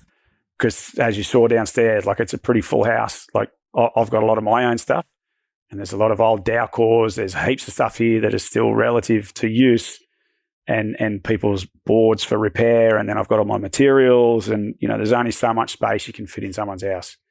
So there's always boards coming and there's always boards going. So in that regard, I like it. It keeps me busy. I don't like sitting around idle with not much to do. I get a bit scattered. Yep. And I don't like it. I'm pretty relaxed. I'm pretty chill guy, but I always like doing things. Yep. And I think I'm not an indoors man. I'm not a tech man. I'm not a wheeler and dealer. I just like to can't get shit see you done. ever taking up a desk job, mate. Nah, I just like to get shit done. Like I recently did my real estate license, and I just like, actually, that's not me. Yeah, I've been sort of trying to find a few different pathways over this last sort of year or two. You'd have tough competition in Sydney as a real, or you're thinking about down here, yeah? But even down here, yeah, like that's where I was aiming at doing it. Right. But for a lot of people in Sydney who are looking to get out of Sydney, because I've got a lot of good friends up there and a lot of contacts through your line of work, you would have made like some that. great contacts. Yeah, exactly. Yeah, and a lot of mates up there are real estate agents that I could sort of bounce off. But anyway, that's a whole other. Weren't going to go down the Damien King real estate kind of pathway. I was keen to. Yeah. Definitely was keen to. But my thing is with Austin is it's just not going to work. The hours that are necessary, it's just not going to work. Yep. So I pulled that pin pretty quickly. Gotcha. Yeah. I was always looking forward to it. And then I guess, mate, time is just more valuable elsewhere. So don't need to do certain things in life. Anyway. So sustainability. Yeah. And again, we spoke about this earlier. I'm a big advocate for it. And I think it's something that the surf industry as a whole, I'm not talking about just bodyboarding. I don't want to say chooses to ignore, but it's something that probably isn't spoken about enough because the reality of it is the products that we use to manufacture boards, surfboards and bodyboarding, they're not clothing, everything. Yeah, they're not what we call environmentally friendly. Not really. No. A lot of materials you can't recycle. Well, when we're talking about foam, yes. Polystyrene, for example, is not biodegradable. Yeah. I understand in Hawaii they banned a lot of those things. I mean, I'd love to see that here, to be brutally honest. Is it any different to when a surfboard snaps in the ocean? No. No. Or a bodyboard? No, absolutely. Yeah. But the strength of those things is a waste of time, and they should never be made. Yep. But that's just companies spitting out products. Well, it's a market, right? It's absolutely. a market. Yeah. And look, I hate seeing that. I hate seeing things go to the tip. Like I'm regularly, a while ago I used to like fix up push bikes and sell them or give them. I'd pull things apart, start again, just to see that they don't get wasted. Yeah. And essentially Australia as a country are incredibly wasteful. One of the worst. Yep. Yeah. Like one of the worst. Like whether it's like, TVs or, certain things. Oh, I need this or I have to have that. And it's like, no, you fucking don't. Like you can live life without that. You don't need the best of the best. Like you don't need to keep trading things in every 2 years or whatever. It's just like, fuck, like our life as a consumer in general is ridiculous. It's fucked. It's ridiculous. Yeah. Like, mate, I fucking wear clothes that I've had for years. And I don't care. Like, I still wear shirts from like 10, 15 years ago. Still work. Don't care. They still work. Like, one of the biggest wastes is clothing. And it never goes to the right place. You put a lot of your clothes in those charity bins. Yep. They sell them as rags. They're making a fortune, those companies. Yeah, rags in a bag. They're fucking making a fortune. Like, it's insane the amount of money that some of those places make. And they're not even for charity. No. It's crazy, mate. It's so, Anyway.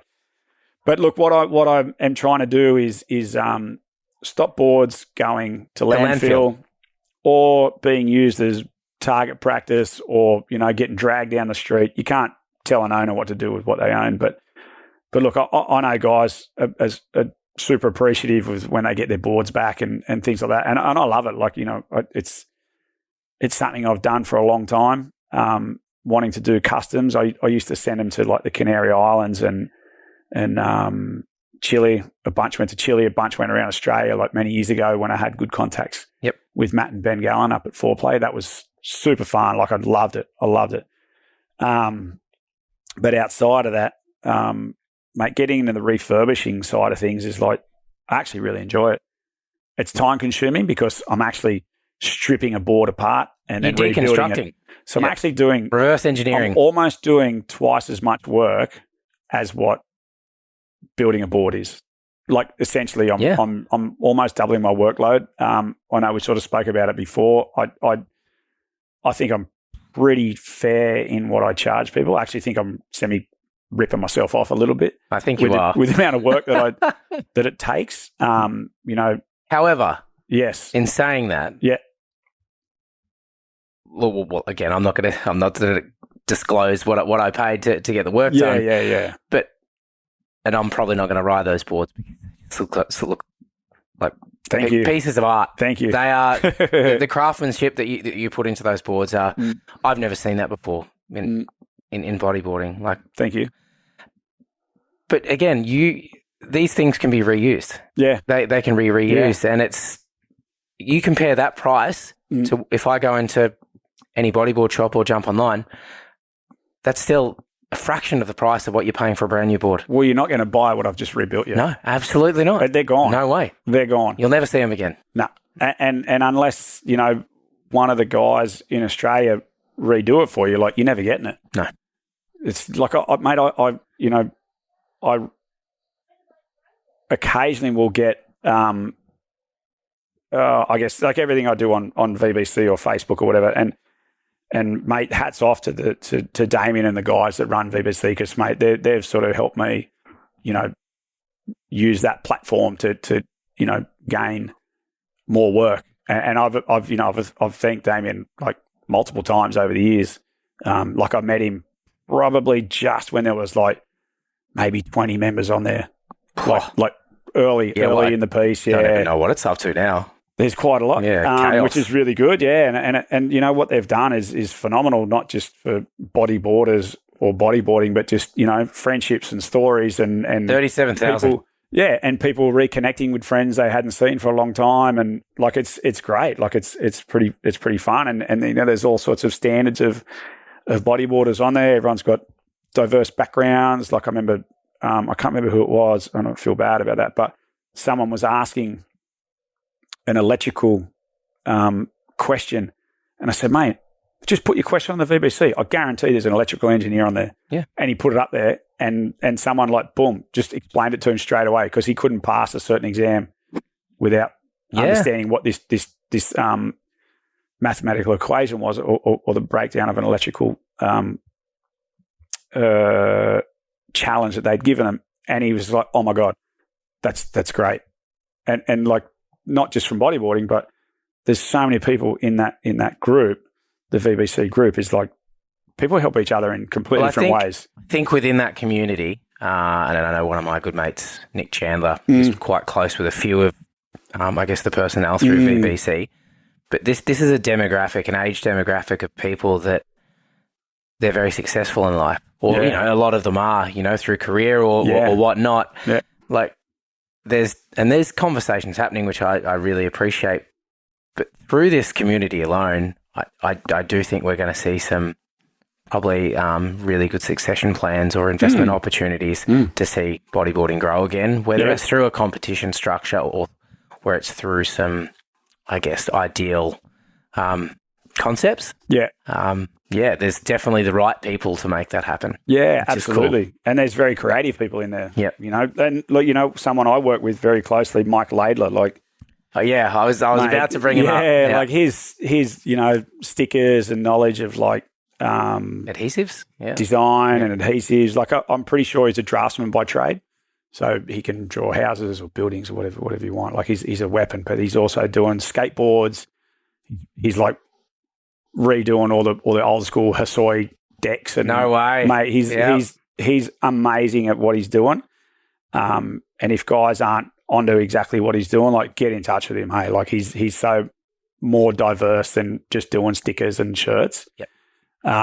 He's a great guy. He's a legend. Really good guy. The work that he did on the boards that you've refurbed for me is mind blowing. Yeah, and from what I sent as well, it's just like, hey, here's a photo. Yeah, and some rough specs, and he's a genius. Yeah, he's very good. Like he's that tech like guru. Yep. Like he's very good at what he does. And I get it, he's been doing it for a long time. And I think anyone who's been in their field for quite some time is going to be good at something.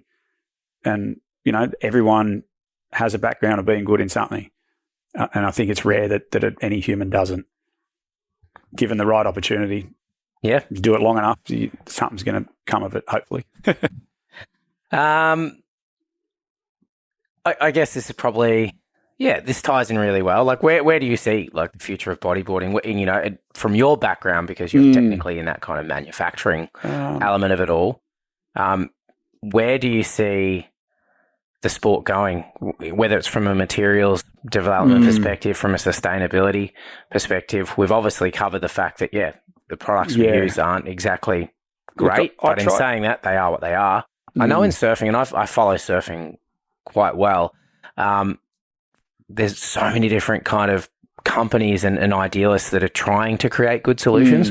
I know there's a company that's just started trialing like mushroom core surfboards. Okay. So the glassing, like they're obviously still glassing. You know, but you know, the core, it's removing that foam core. So they're using, you know, natural products. Yeah, natural products. Yeah. There's another company, and I think it was a collab between like an American like aeronautical firm and someone in like Holland, where they're actually from a recycling background. So their vision is that they think they can recycle about 75% of a surfboard. Any old surfboard you give them, they can recycle 75%. So again, less landfill, less waste. The only what they saw as a bit of a downfall, like you look at a surfboard, you go in a surf shop, every surfboard, it's pristine, it's white. Oh, yeah, that's what nice. it's like a Colgate ad for perfect teeth. Yeah. Everyone wants that perfect white board. These recycled boards don't come out white. They've got a different tone. So feedback they got from their kind of trialing was the guys were like, they perform really well, but they look like and it's just like, fuck, how that's the marketing. How bad is that if so you look at anything on TV, it's clean. Of course it is. It doesn't matter what color it is, what product it's sharp, it's bright. Unless it's marketed in the right way. But then, you know, like I'll see guys, like you look at guys that are catching some of these amazing waves up on the Goldie lately. On the Gunter Roan. They're boards that are like, they've just luckily found and bought at the right time. It's just like Josh Koo, like that mental thing that he got over on the Northern Beaches a couple of years ago out at Fairy Bow was like, same thing. It was a board that he picked up for next to nothing. Yeah.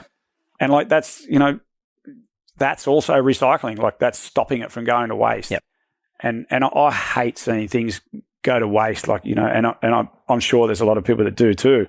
And even down here, like I try to minimize my waste. Any of my offcuts, I'll try and keep as much of it as I can to, you know, put on the next board for nose bulbs or whatever it is. Or if someone sent me a board that's like got heavy dents in it, well then I'll glue down a piece of foam as a filler and then sand it back flat again. And I try to like minimize my impact because I'm pretty sure bodyboard materials are not recyclable. They can go off to like a place where they can compact it, you know, make it a bit smaller and then put it in the ground. But use it for that playground material or something maybe? I don't know. Yeah. And, you know, it's sad. Like that, you know, that's a lot of products. It's you know, not just in our sport, like, you know, you look at footballs. Where do footballs go? Where do basketballs go? Like what do you do? Like, and unless they go look at footy boots. Yeah, they get hammered. Yeah. But then we're talking about op shops. You go to an op shop, there's 50 pair of footy boots at every op shop because they were bought for a kid for 12 months and his foot got big. So rather than throwing it. Yeah. I mean, it's at least it's at an op shop. And if they're getting repurposed, I get it. It's as good as recycling. But some products you just can't recycle. So, you know, you look at like artists like turning broken surfboards into chairs or whatever it is, like that's repurposing and recycling at its finest. You don't have to do much with it to make it usable again. Yeah, I'm a big fan of like pallet furniture. Right? Yeah, it's great. Yeah. My wife and I... One of my workbenches downstairs is, you know, delivered radiators in it. Yeah, my wife and I, again, when we're in the cooks. Yeah. Because, to put it very bluntly, wages are pretty fucking ordinary there. Yeah. Not that we cared at the time, it didn't matter. But we wanted to go, okay, well, how can we make a little bit more revenue? So we would go down to the docks or to the shopping centre and pick up as many pallets as we could, and we just build shit. Yeah, sick. And nice. sell it to the local people, but for cheap. Yeah. Because they couldn't afford, a lot of them, low economic, backgrounds, couldn't afford real top furnace. Just like, okay, well, here's something we made with our hands from a... And it's not building up and getting wasted or set on fire or whatever the way they do it.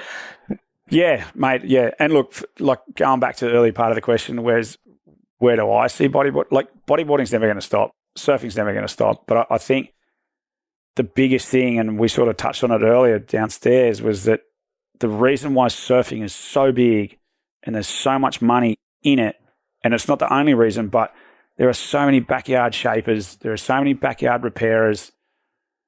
The material is so accessible, like it's everywhere, and that fiberglassing or fiberglass or resins and all that stuff, PU cores or like whatever everything they're using is applicable to other applications. Absolutely. Like boating or jet skis or whatever. Cars, everything. I get it. A surfboard blank is specific to surfing, but bodyboarding materials are only really specific to bodyboarding. And we spoke about it earlier. Like, or in the early days, refrigeration. Well, that's it. Yeah. Or like they the same sort of foam, different density is for like music sound studios. Soundproofing, yeah. It can be used for packaging. It can be used for so many different things. Like in your Pelican cases for your camera gear or your recording stuff, like whatever you've got. Like it's all the same product, just different densities and chemical compounds. But going back to like the industry, look, there's not many suppliers. There's some of those suppliers are making majority of the boards now, and as much as I understand it, like business is business, but I think it's having an overall effect on the money and the wealth that can be put into the sport. If there was more people having access to materials to keep doing like what you're myself, doing, Osler, Glenn, Adam, and whoever else is able to do it. Like I know there's guys around Australia that want to do it, but they just can't get their hands on it. Yeah. And when we used to have all the suppliers here in Australia, there was more people doing it. If there's an opportunity for more companies to keep providing, then there's an opportunity to sponsor more people. If there's an opportunity to sponsor more people, the band's going to get bigger. Yeah. If the band gets bigger, the companies who want to sponsor the events will come. Yeah. Every year since I've been a kid, even at the pipe comp, it was the struggle to get sponsors sometimes. The only person that did it properly was Moray back in the day, but you had to ride a Moray board. Yeah, they control the market. Yeah, and that was another whole sort of thing. But then... Well, this is a struggle that I've faced because of my administrative background with bodyboarding since day one, whether that was grassroots level, state level, national level. Obviously, I'm trying to do it now at Bodyboarding Vic level. So myself and a beautiful lady called Lyndall Jucker, we kind of partnered up this year to try and bring in a little bit more revenue. Yeah, cool. For Bodyboarding Vic. She has a very smart business background. We put together like a really high-end investment proposal for Bodyboarding Vic, this non-for-profit. Yeah. And we created a contact list of 175 companies. 175 companies. And how many helped you? I can count them all on one hand. Yeah. That's it. And that's the hard thing. It's like either the ones you're probably going to get have an interest in bodyboarding. Well, they've got a skin in the game. Yeah. Otherwise, mate, they're not interested. No. And depending on the return they're going to get out of it, once again, they're not interested. And constraints over the last probably 5 to 10 years. Yeah, that's had an effect on it as well. People don't have the money to give out. If you're a charitable organisation, mate, people give you tens of thousands of dollars, hundreds of thousands of dollars, because it's a tax write-off. But if they're just going to give it to you for a bit of advertising, it's probably not Dead their money. jam. Yeah, I get it. Yeah, I get it. And that's the hard thing. But I think if there was more opportunity for material acquisition for backyard shapers or industry to start up again, like in Australia or whatever country people want to do it in, it would only benefit the industry and the sport in the long run. And I hate hearing stories that, like, I know mates that are still sponsored now and they're just not making the money they should be making. Like, you can't make a living out of it. Of course not. And unless you're like, you know, there's always been that, you know, I'm going to say 10%, and I might be generous, but there's only that X amount of guys that have continually been able to make a good living out of it. 10 years ago, it was 10%. I would say it's about 2 now. Yeah, well, there you go. Yeah. And look, I'm not even looking at the stats. I'm just having a wild stab in the dark. But that's just having, you know, come up and seen so much of it. So how strong it was, and then, you know, sort of where it's dwindled to. And like, I think the products are amazing. There's amazing boards out there. Oh, like, I think, sensational. I think, you know, some of the innovations have been great, like removable stringers, like depending on where you're going around the world, you can put one in, take one out. Like, it's like I get it. Like, all that stuff's great. I think that was pretty cool. Well, it's progressive. Yeah. And I think, you know, I don't know how much more things you can progress with a bodyboard in itself. In performance, everyone likes a certain different thing. But I think now that there's not many suppliers, everyone's only pretty much kind of going to get what they're going to get. Yeah. And as good as there's a lot of boards out there that are great, don't get me wrong, someone will always want something different. And unless we can keep that industry going. Yeah, which is providing a custom service. Yeah, it's just not going to happen. Someone to get exactly what they want. Yeah. And so, you know, hats off to the guys that are, you know, doing it in whatever countries they're in. If they can keep maintaining it, like, go for it. But, you know, I think... Well, there was I think a Portuguese guy that had to shut down recently as well. Was it Gatto? Yeah. Gatto, yeah. And he's great at what he does, but that could be because of, you don't know what that's because of, unless he comes out and tells you. Yeah. Could be family, it could be finance. Like, he said, I obviously I've never met him, but I reached out when he broke the news and said, mate, like, what's happening? You okay? Yeah. And he kind of just said, now it's not the time to talk about it. Yeah, and it could be for a multitude of reasons. But I know, like, when I wanted to have a real good crack at it, mate, the import was just through the roof. I was like, I can't justify the amount of work that's going to go into it. Then what advice? Because again, you're in your mid-40s. Yeah. All of the guys that are still doing any of this kind of stuff here in Australia, probably around the same age, if not older. We're all pretty similar age, yeah. Like, pretty similar age. What advice can you give to anyone that, you know, a younger generation that wants to, that loves using their hands and wants to do this? Like, they're kind of doomed. Look, I never did a trade. I guess lifeguarding became my trade, but, you know, don't be scared to get your hands dirty. Like, get amongst things. Like, you know, I did a job here for a kid doing work experience. They drove, like, from the far south coast to come up, and I helped him out with it. And, you know, if I had more space and more time, I would have loved to have showed him a bit more, you know what I mean? But it takes time. Like, he was doing it again for his high school project, and as much as I tried to let him do majority of it, we just didn't have the time. Yeah, and it wouldn't have turned out for him properly.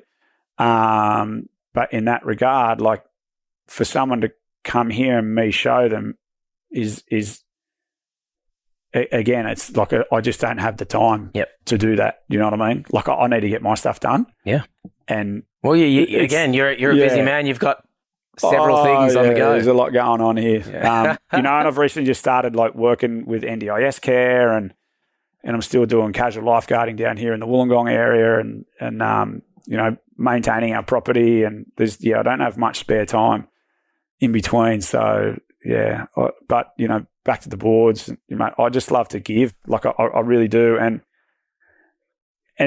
while I'm working on boards and going through processes, I look at it and just go, oh man, I love this. Like, I love it. And I love seeing, like, the ATXs. You know, I specifically love working on Moires. Like, to me as a kid, I always wanted to be sponsored by Moire, and it never happened. What's your take on the ATX, the dimple bottom board? What's your professional opinion on the science behind the dimples? Do you genuinely believe it works? I get it in an aeronautical sense of things for a golf ball. Yep.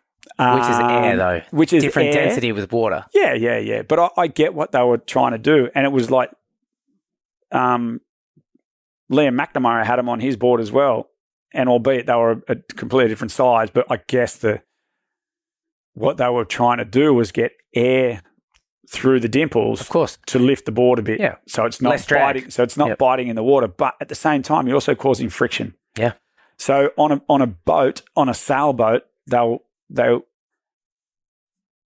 from what I heard and understand, it's not a smooth surface because water sticks to a smooth surface. So they'll get, and I've heard it about surfboards as well, is they'll do like a little bit of wet and dry just to make that little bit of roughness. Well, anti-foul, which is generally on the bottom side of a boat, isn't smooth.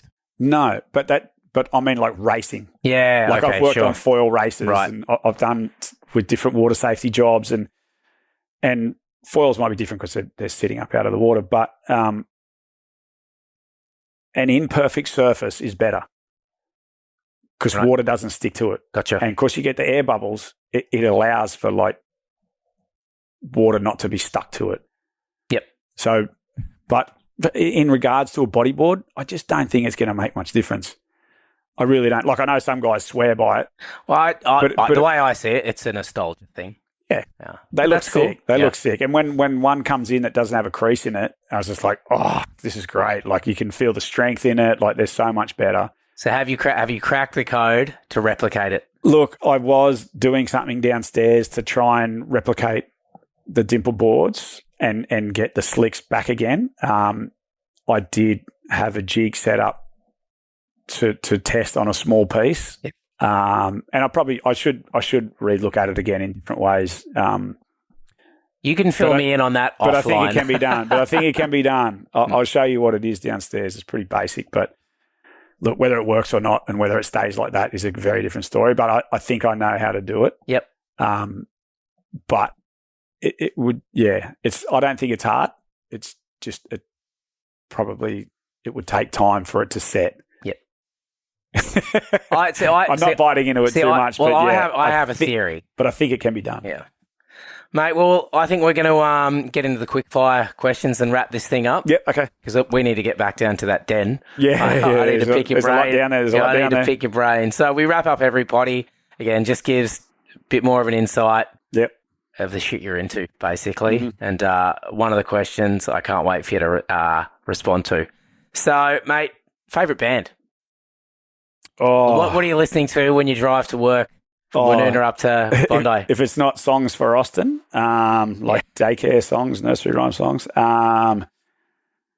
mate, I used to listen to a lot of music. Now I'd probably just listen to like talkback or potties and things like that, but not podcasts. It's whatever's on the radio. Yep, I'll kind of listen to it. Just that white noise. A little bit of white noise, something to listen to. But mate, music wise, I'd probably have to go to like the 80s classics, I reckon. Like I'm more of a... You should have been at the Fleetwood Mac sort of style. Sydney Townhouse silent 80s disco last night, mate. I'm glad I wasn't. I'm shit dancer. But I probably would have blended in with a few people. Look, any Midnight Oils, like all that era of music. Favourite live show you've been to? Probably Soundwaves, hey, that we went to like years ago out towards Penrith Way. Right. I think Faith No More was a headline act. Yeah. And then I saw them in Germany.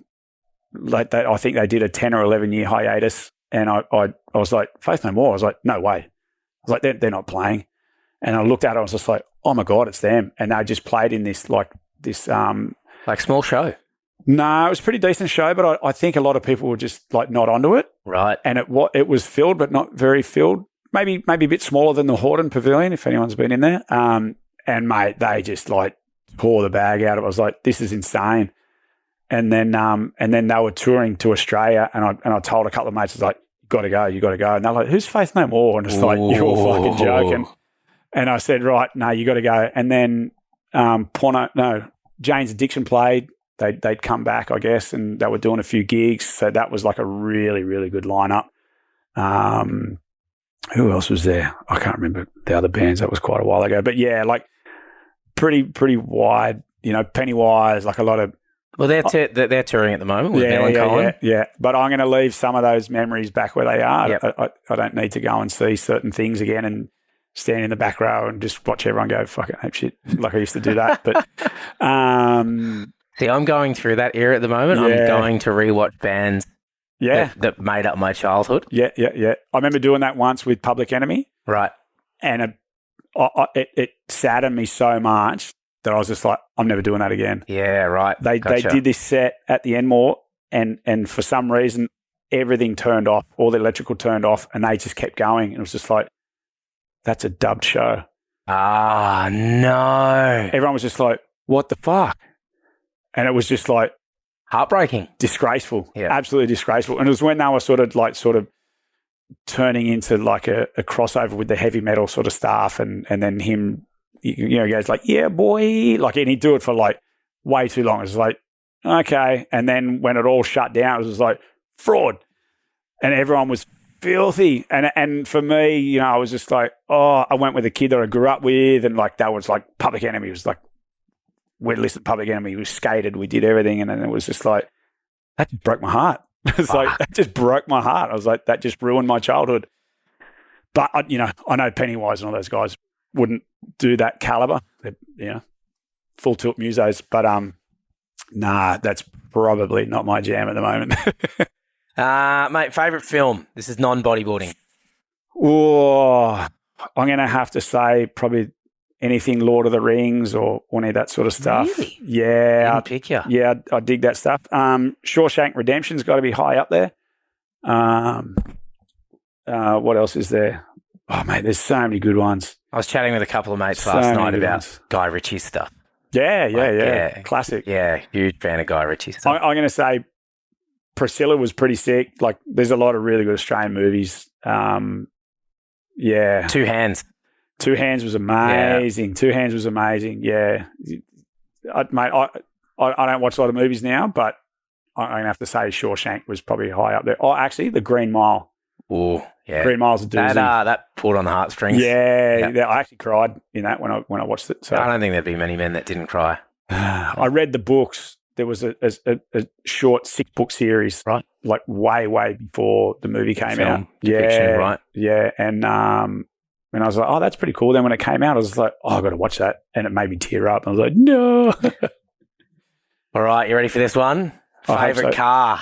Oh yeah, it's downstairs. Let's talk about it. Let's talk about it. So something out of Mad Max. Yeah, it's a HZ Holden Ute. It's an Overlander. So they were never a production car, but the guy Arthur Hayward who did the conversions, he was like an ex like rally race car driver across like Central Australia, different desert races, and just a all round enthusiast. He was an engineer by trade, living down in Tasmania. And I guess back in the day, like getting 4 drives into Australia was very expensive. Yep. So he had a look at that H series of cars, HQ, HZ, and HX.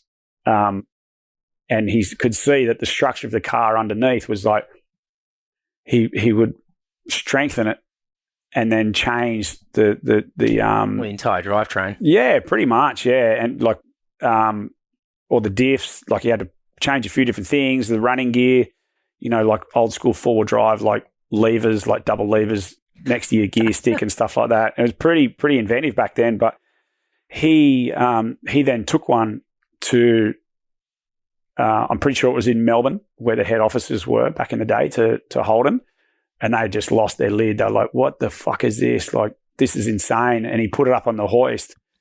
And as far as I can understand, when they put it up on the hoist, a guy who was like a guru or something at Holden said, oh, yeah, but what the fuck's this? Like, that shouldn't be there. He goes, that's your car. Yeah. He goes, I've done all this other stuff.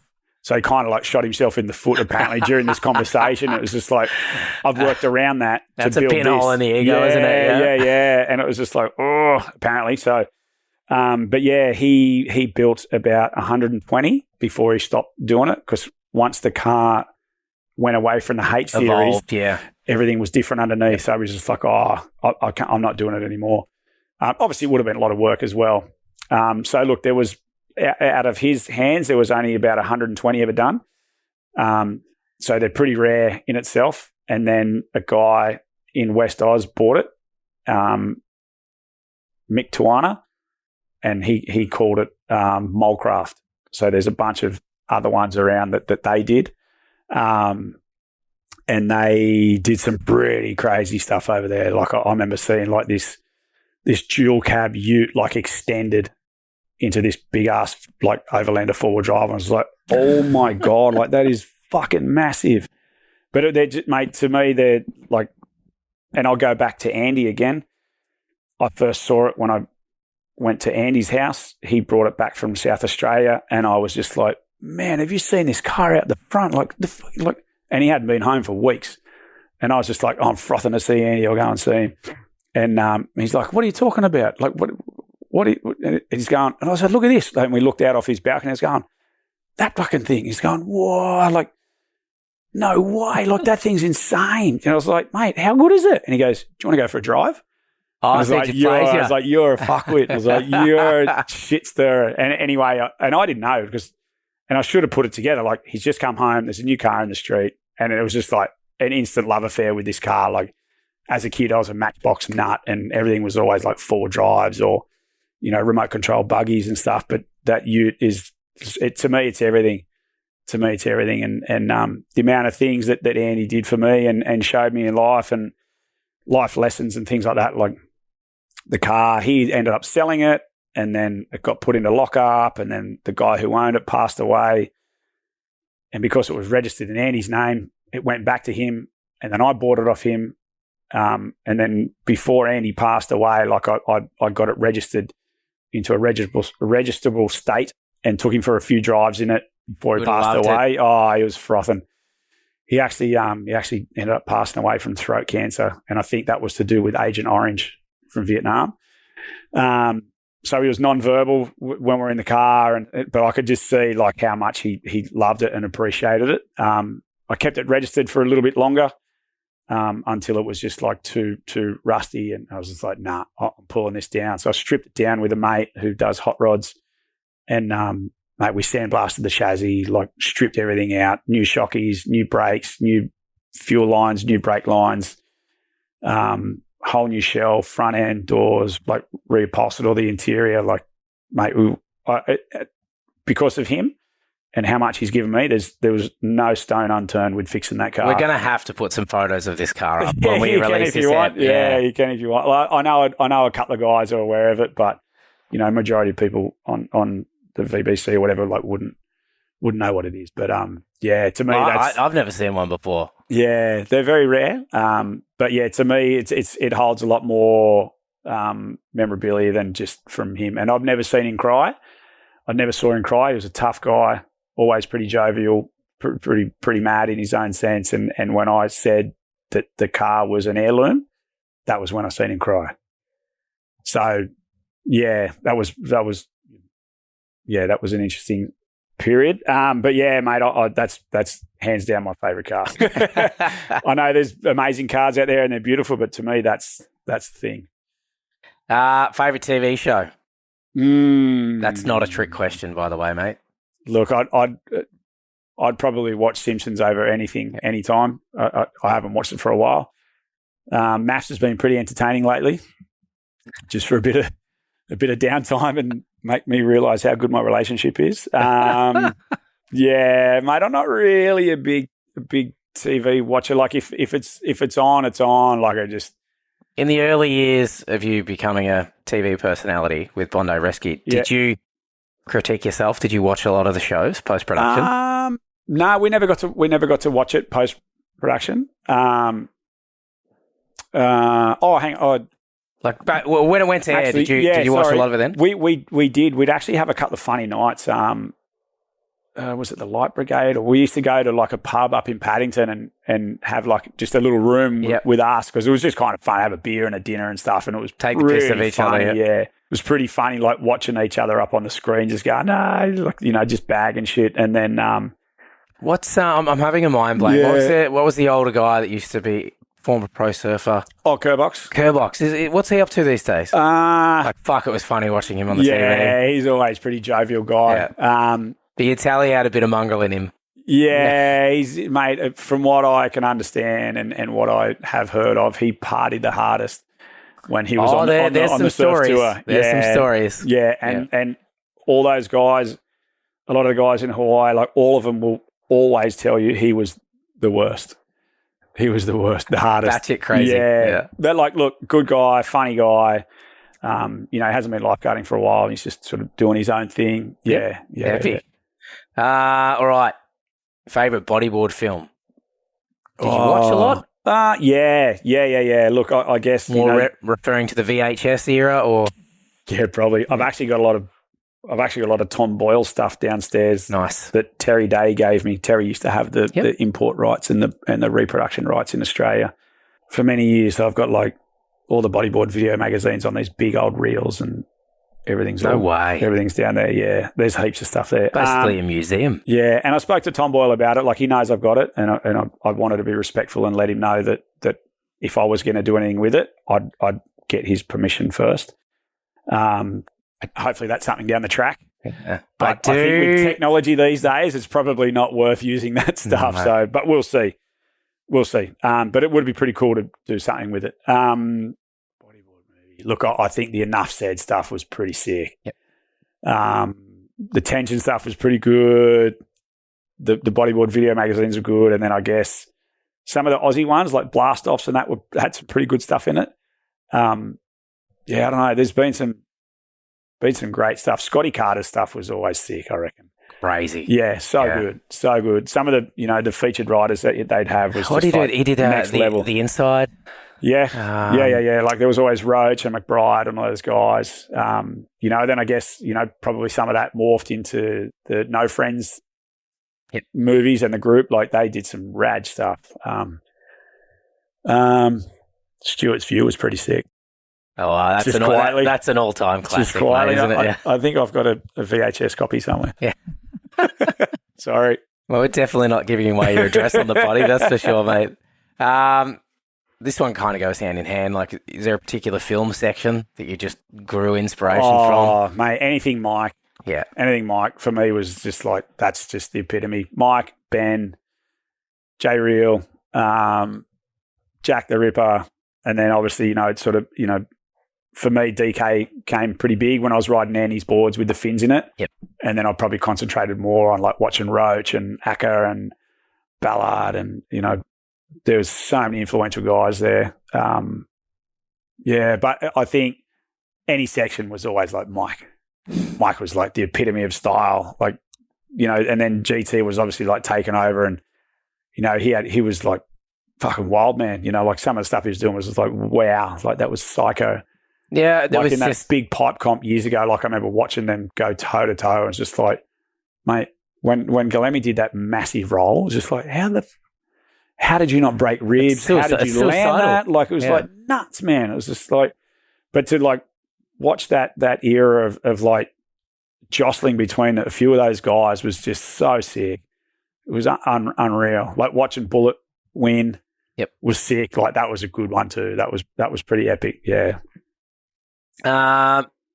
This kind of answers itself. Have you ever been mistaken for someone famous? Probably yourself? No. Mate, I actually get asked, a lot of people say, hey, Hoppo, like thinking I'm like Hoppo. I don't know why. But yeah. And you definitely don't look like a Harry's. No, he's way more clean shaven than me.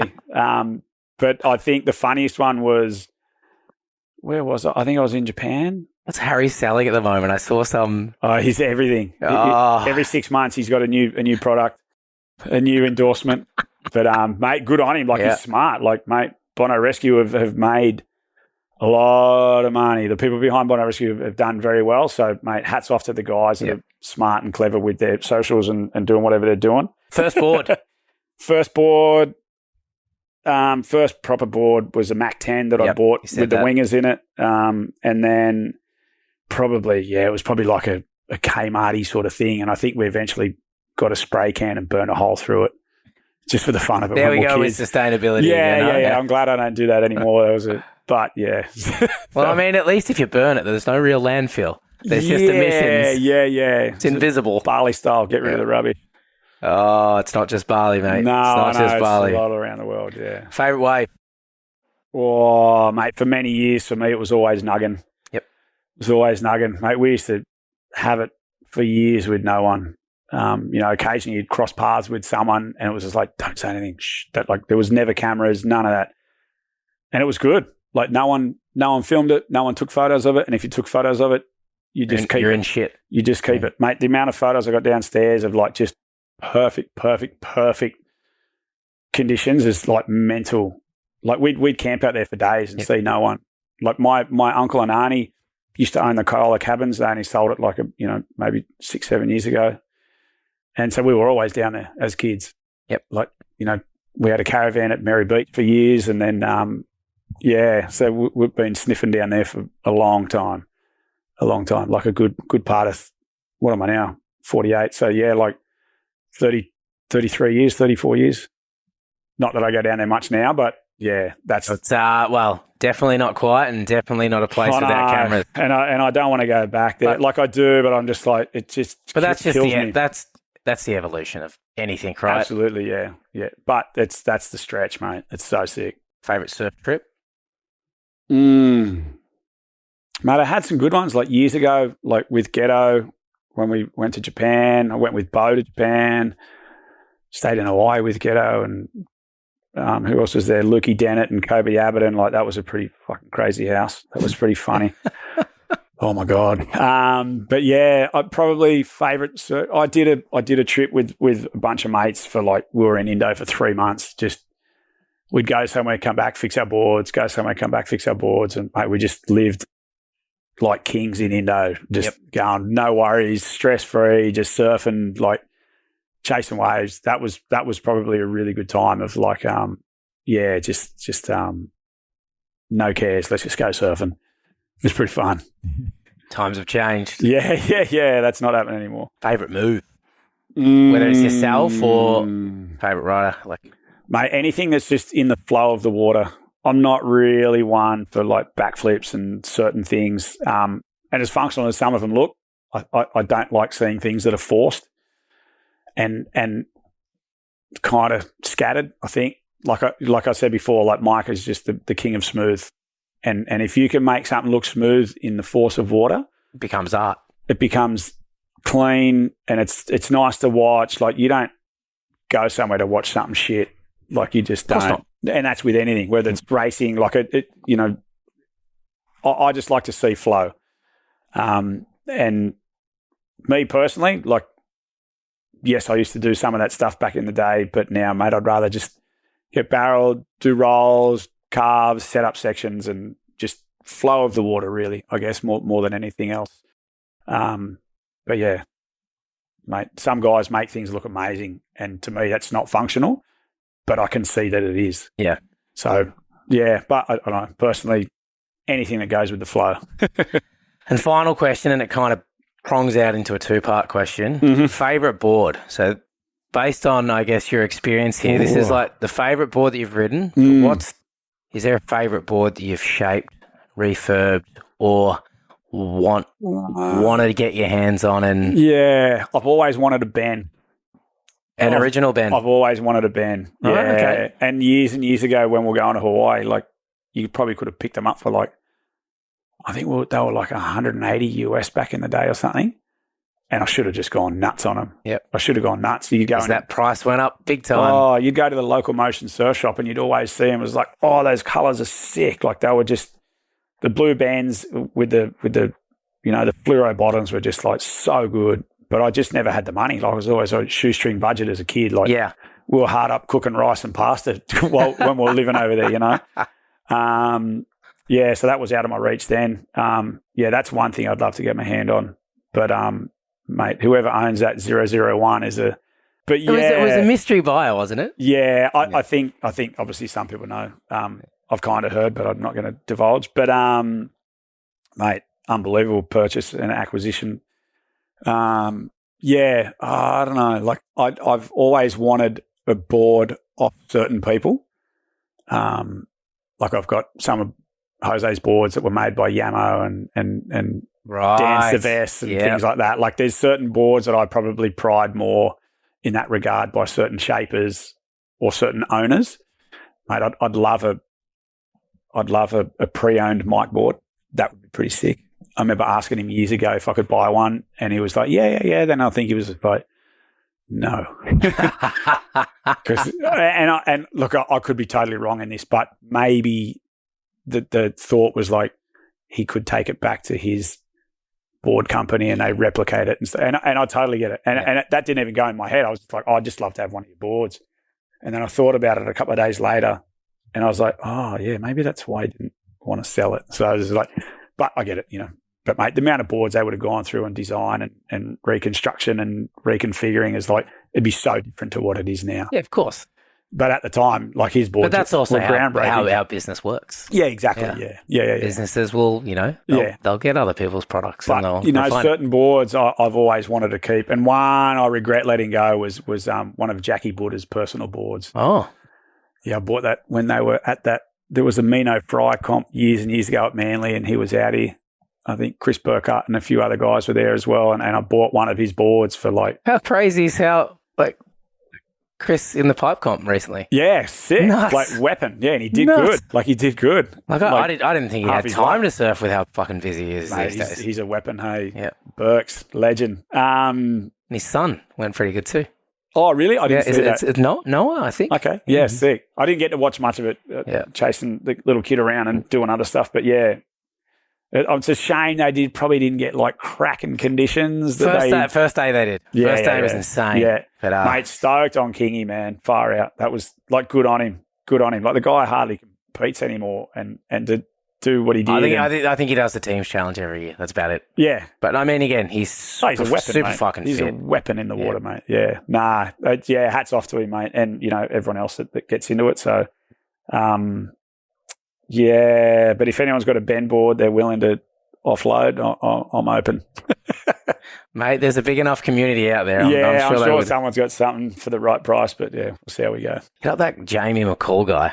He's got everything. He's got everything. He's just been fucking got everything. He's got deep pockets. He has questioned me a couple of times about reconstructing something and through telling him what it's going to turn out to be, we sided against it. Just it wasn't worth it because it wouldn't look what it needs to be. Yeah, gotcha. Because with my stuff, I try to sorry if we're going to go on here, but I try to like when I get a chance to work with a board, I'll stay in pretty good contact with people and send images of updates and you know these are other options you can do or get back colours to you quick enough, mate.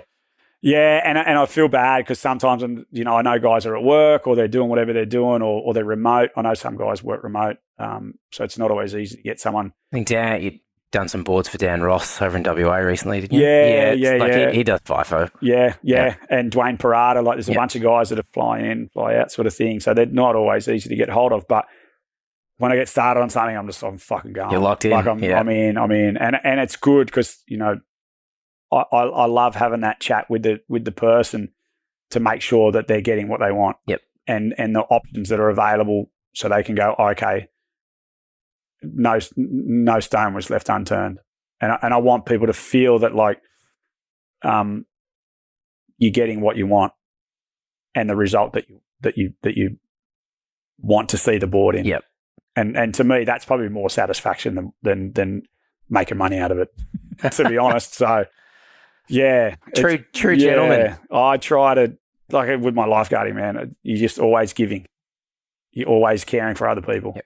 And, yeah, like I love seeing these boards go back better than what they turned up in, even though I've got to clean up the fucking mess. But but it's worth it. It's worth it. So, yeah, no, it's good. And look, I appreciate people coming to me for these refurbs and you know, enjoying what I do and loving the result that they get. And if I can keep doing it for a long, long time, I'll keep doing it. It's fun. I don't think the demand's going to slow down anytime soon, mate. There's definitely a lot of people messaging me, but there's only so many boards I can have in the house at one time. Well, mate, on that note, in terms of being thankful, can't show my appreciation enough for your time. Thank you. I know you got a lot on your plate. I've obviously been looking forward to meeting you in the flesh for a long time. So, mate, all the best for the future. Definitely a next chapter for you. You're going to have a little baby to he's a teach. funny boy. He's a funny boy. We're getting him in the water. I made him a little custom bodyboard and things like that. So, he's a good kid. We're pretty lucky. We're pretty lucky so far. But, mate, keep doing all the great work you're doing, not just with bodyboarding, but, mate, as a lifeguard.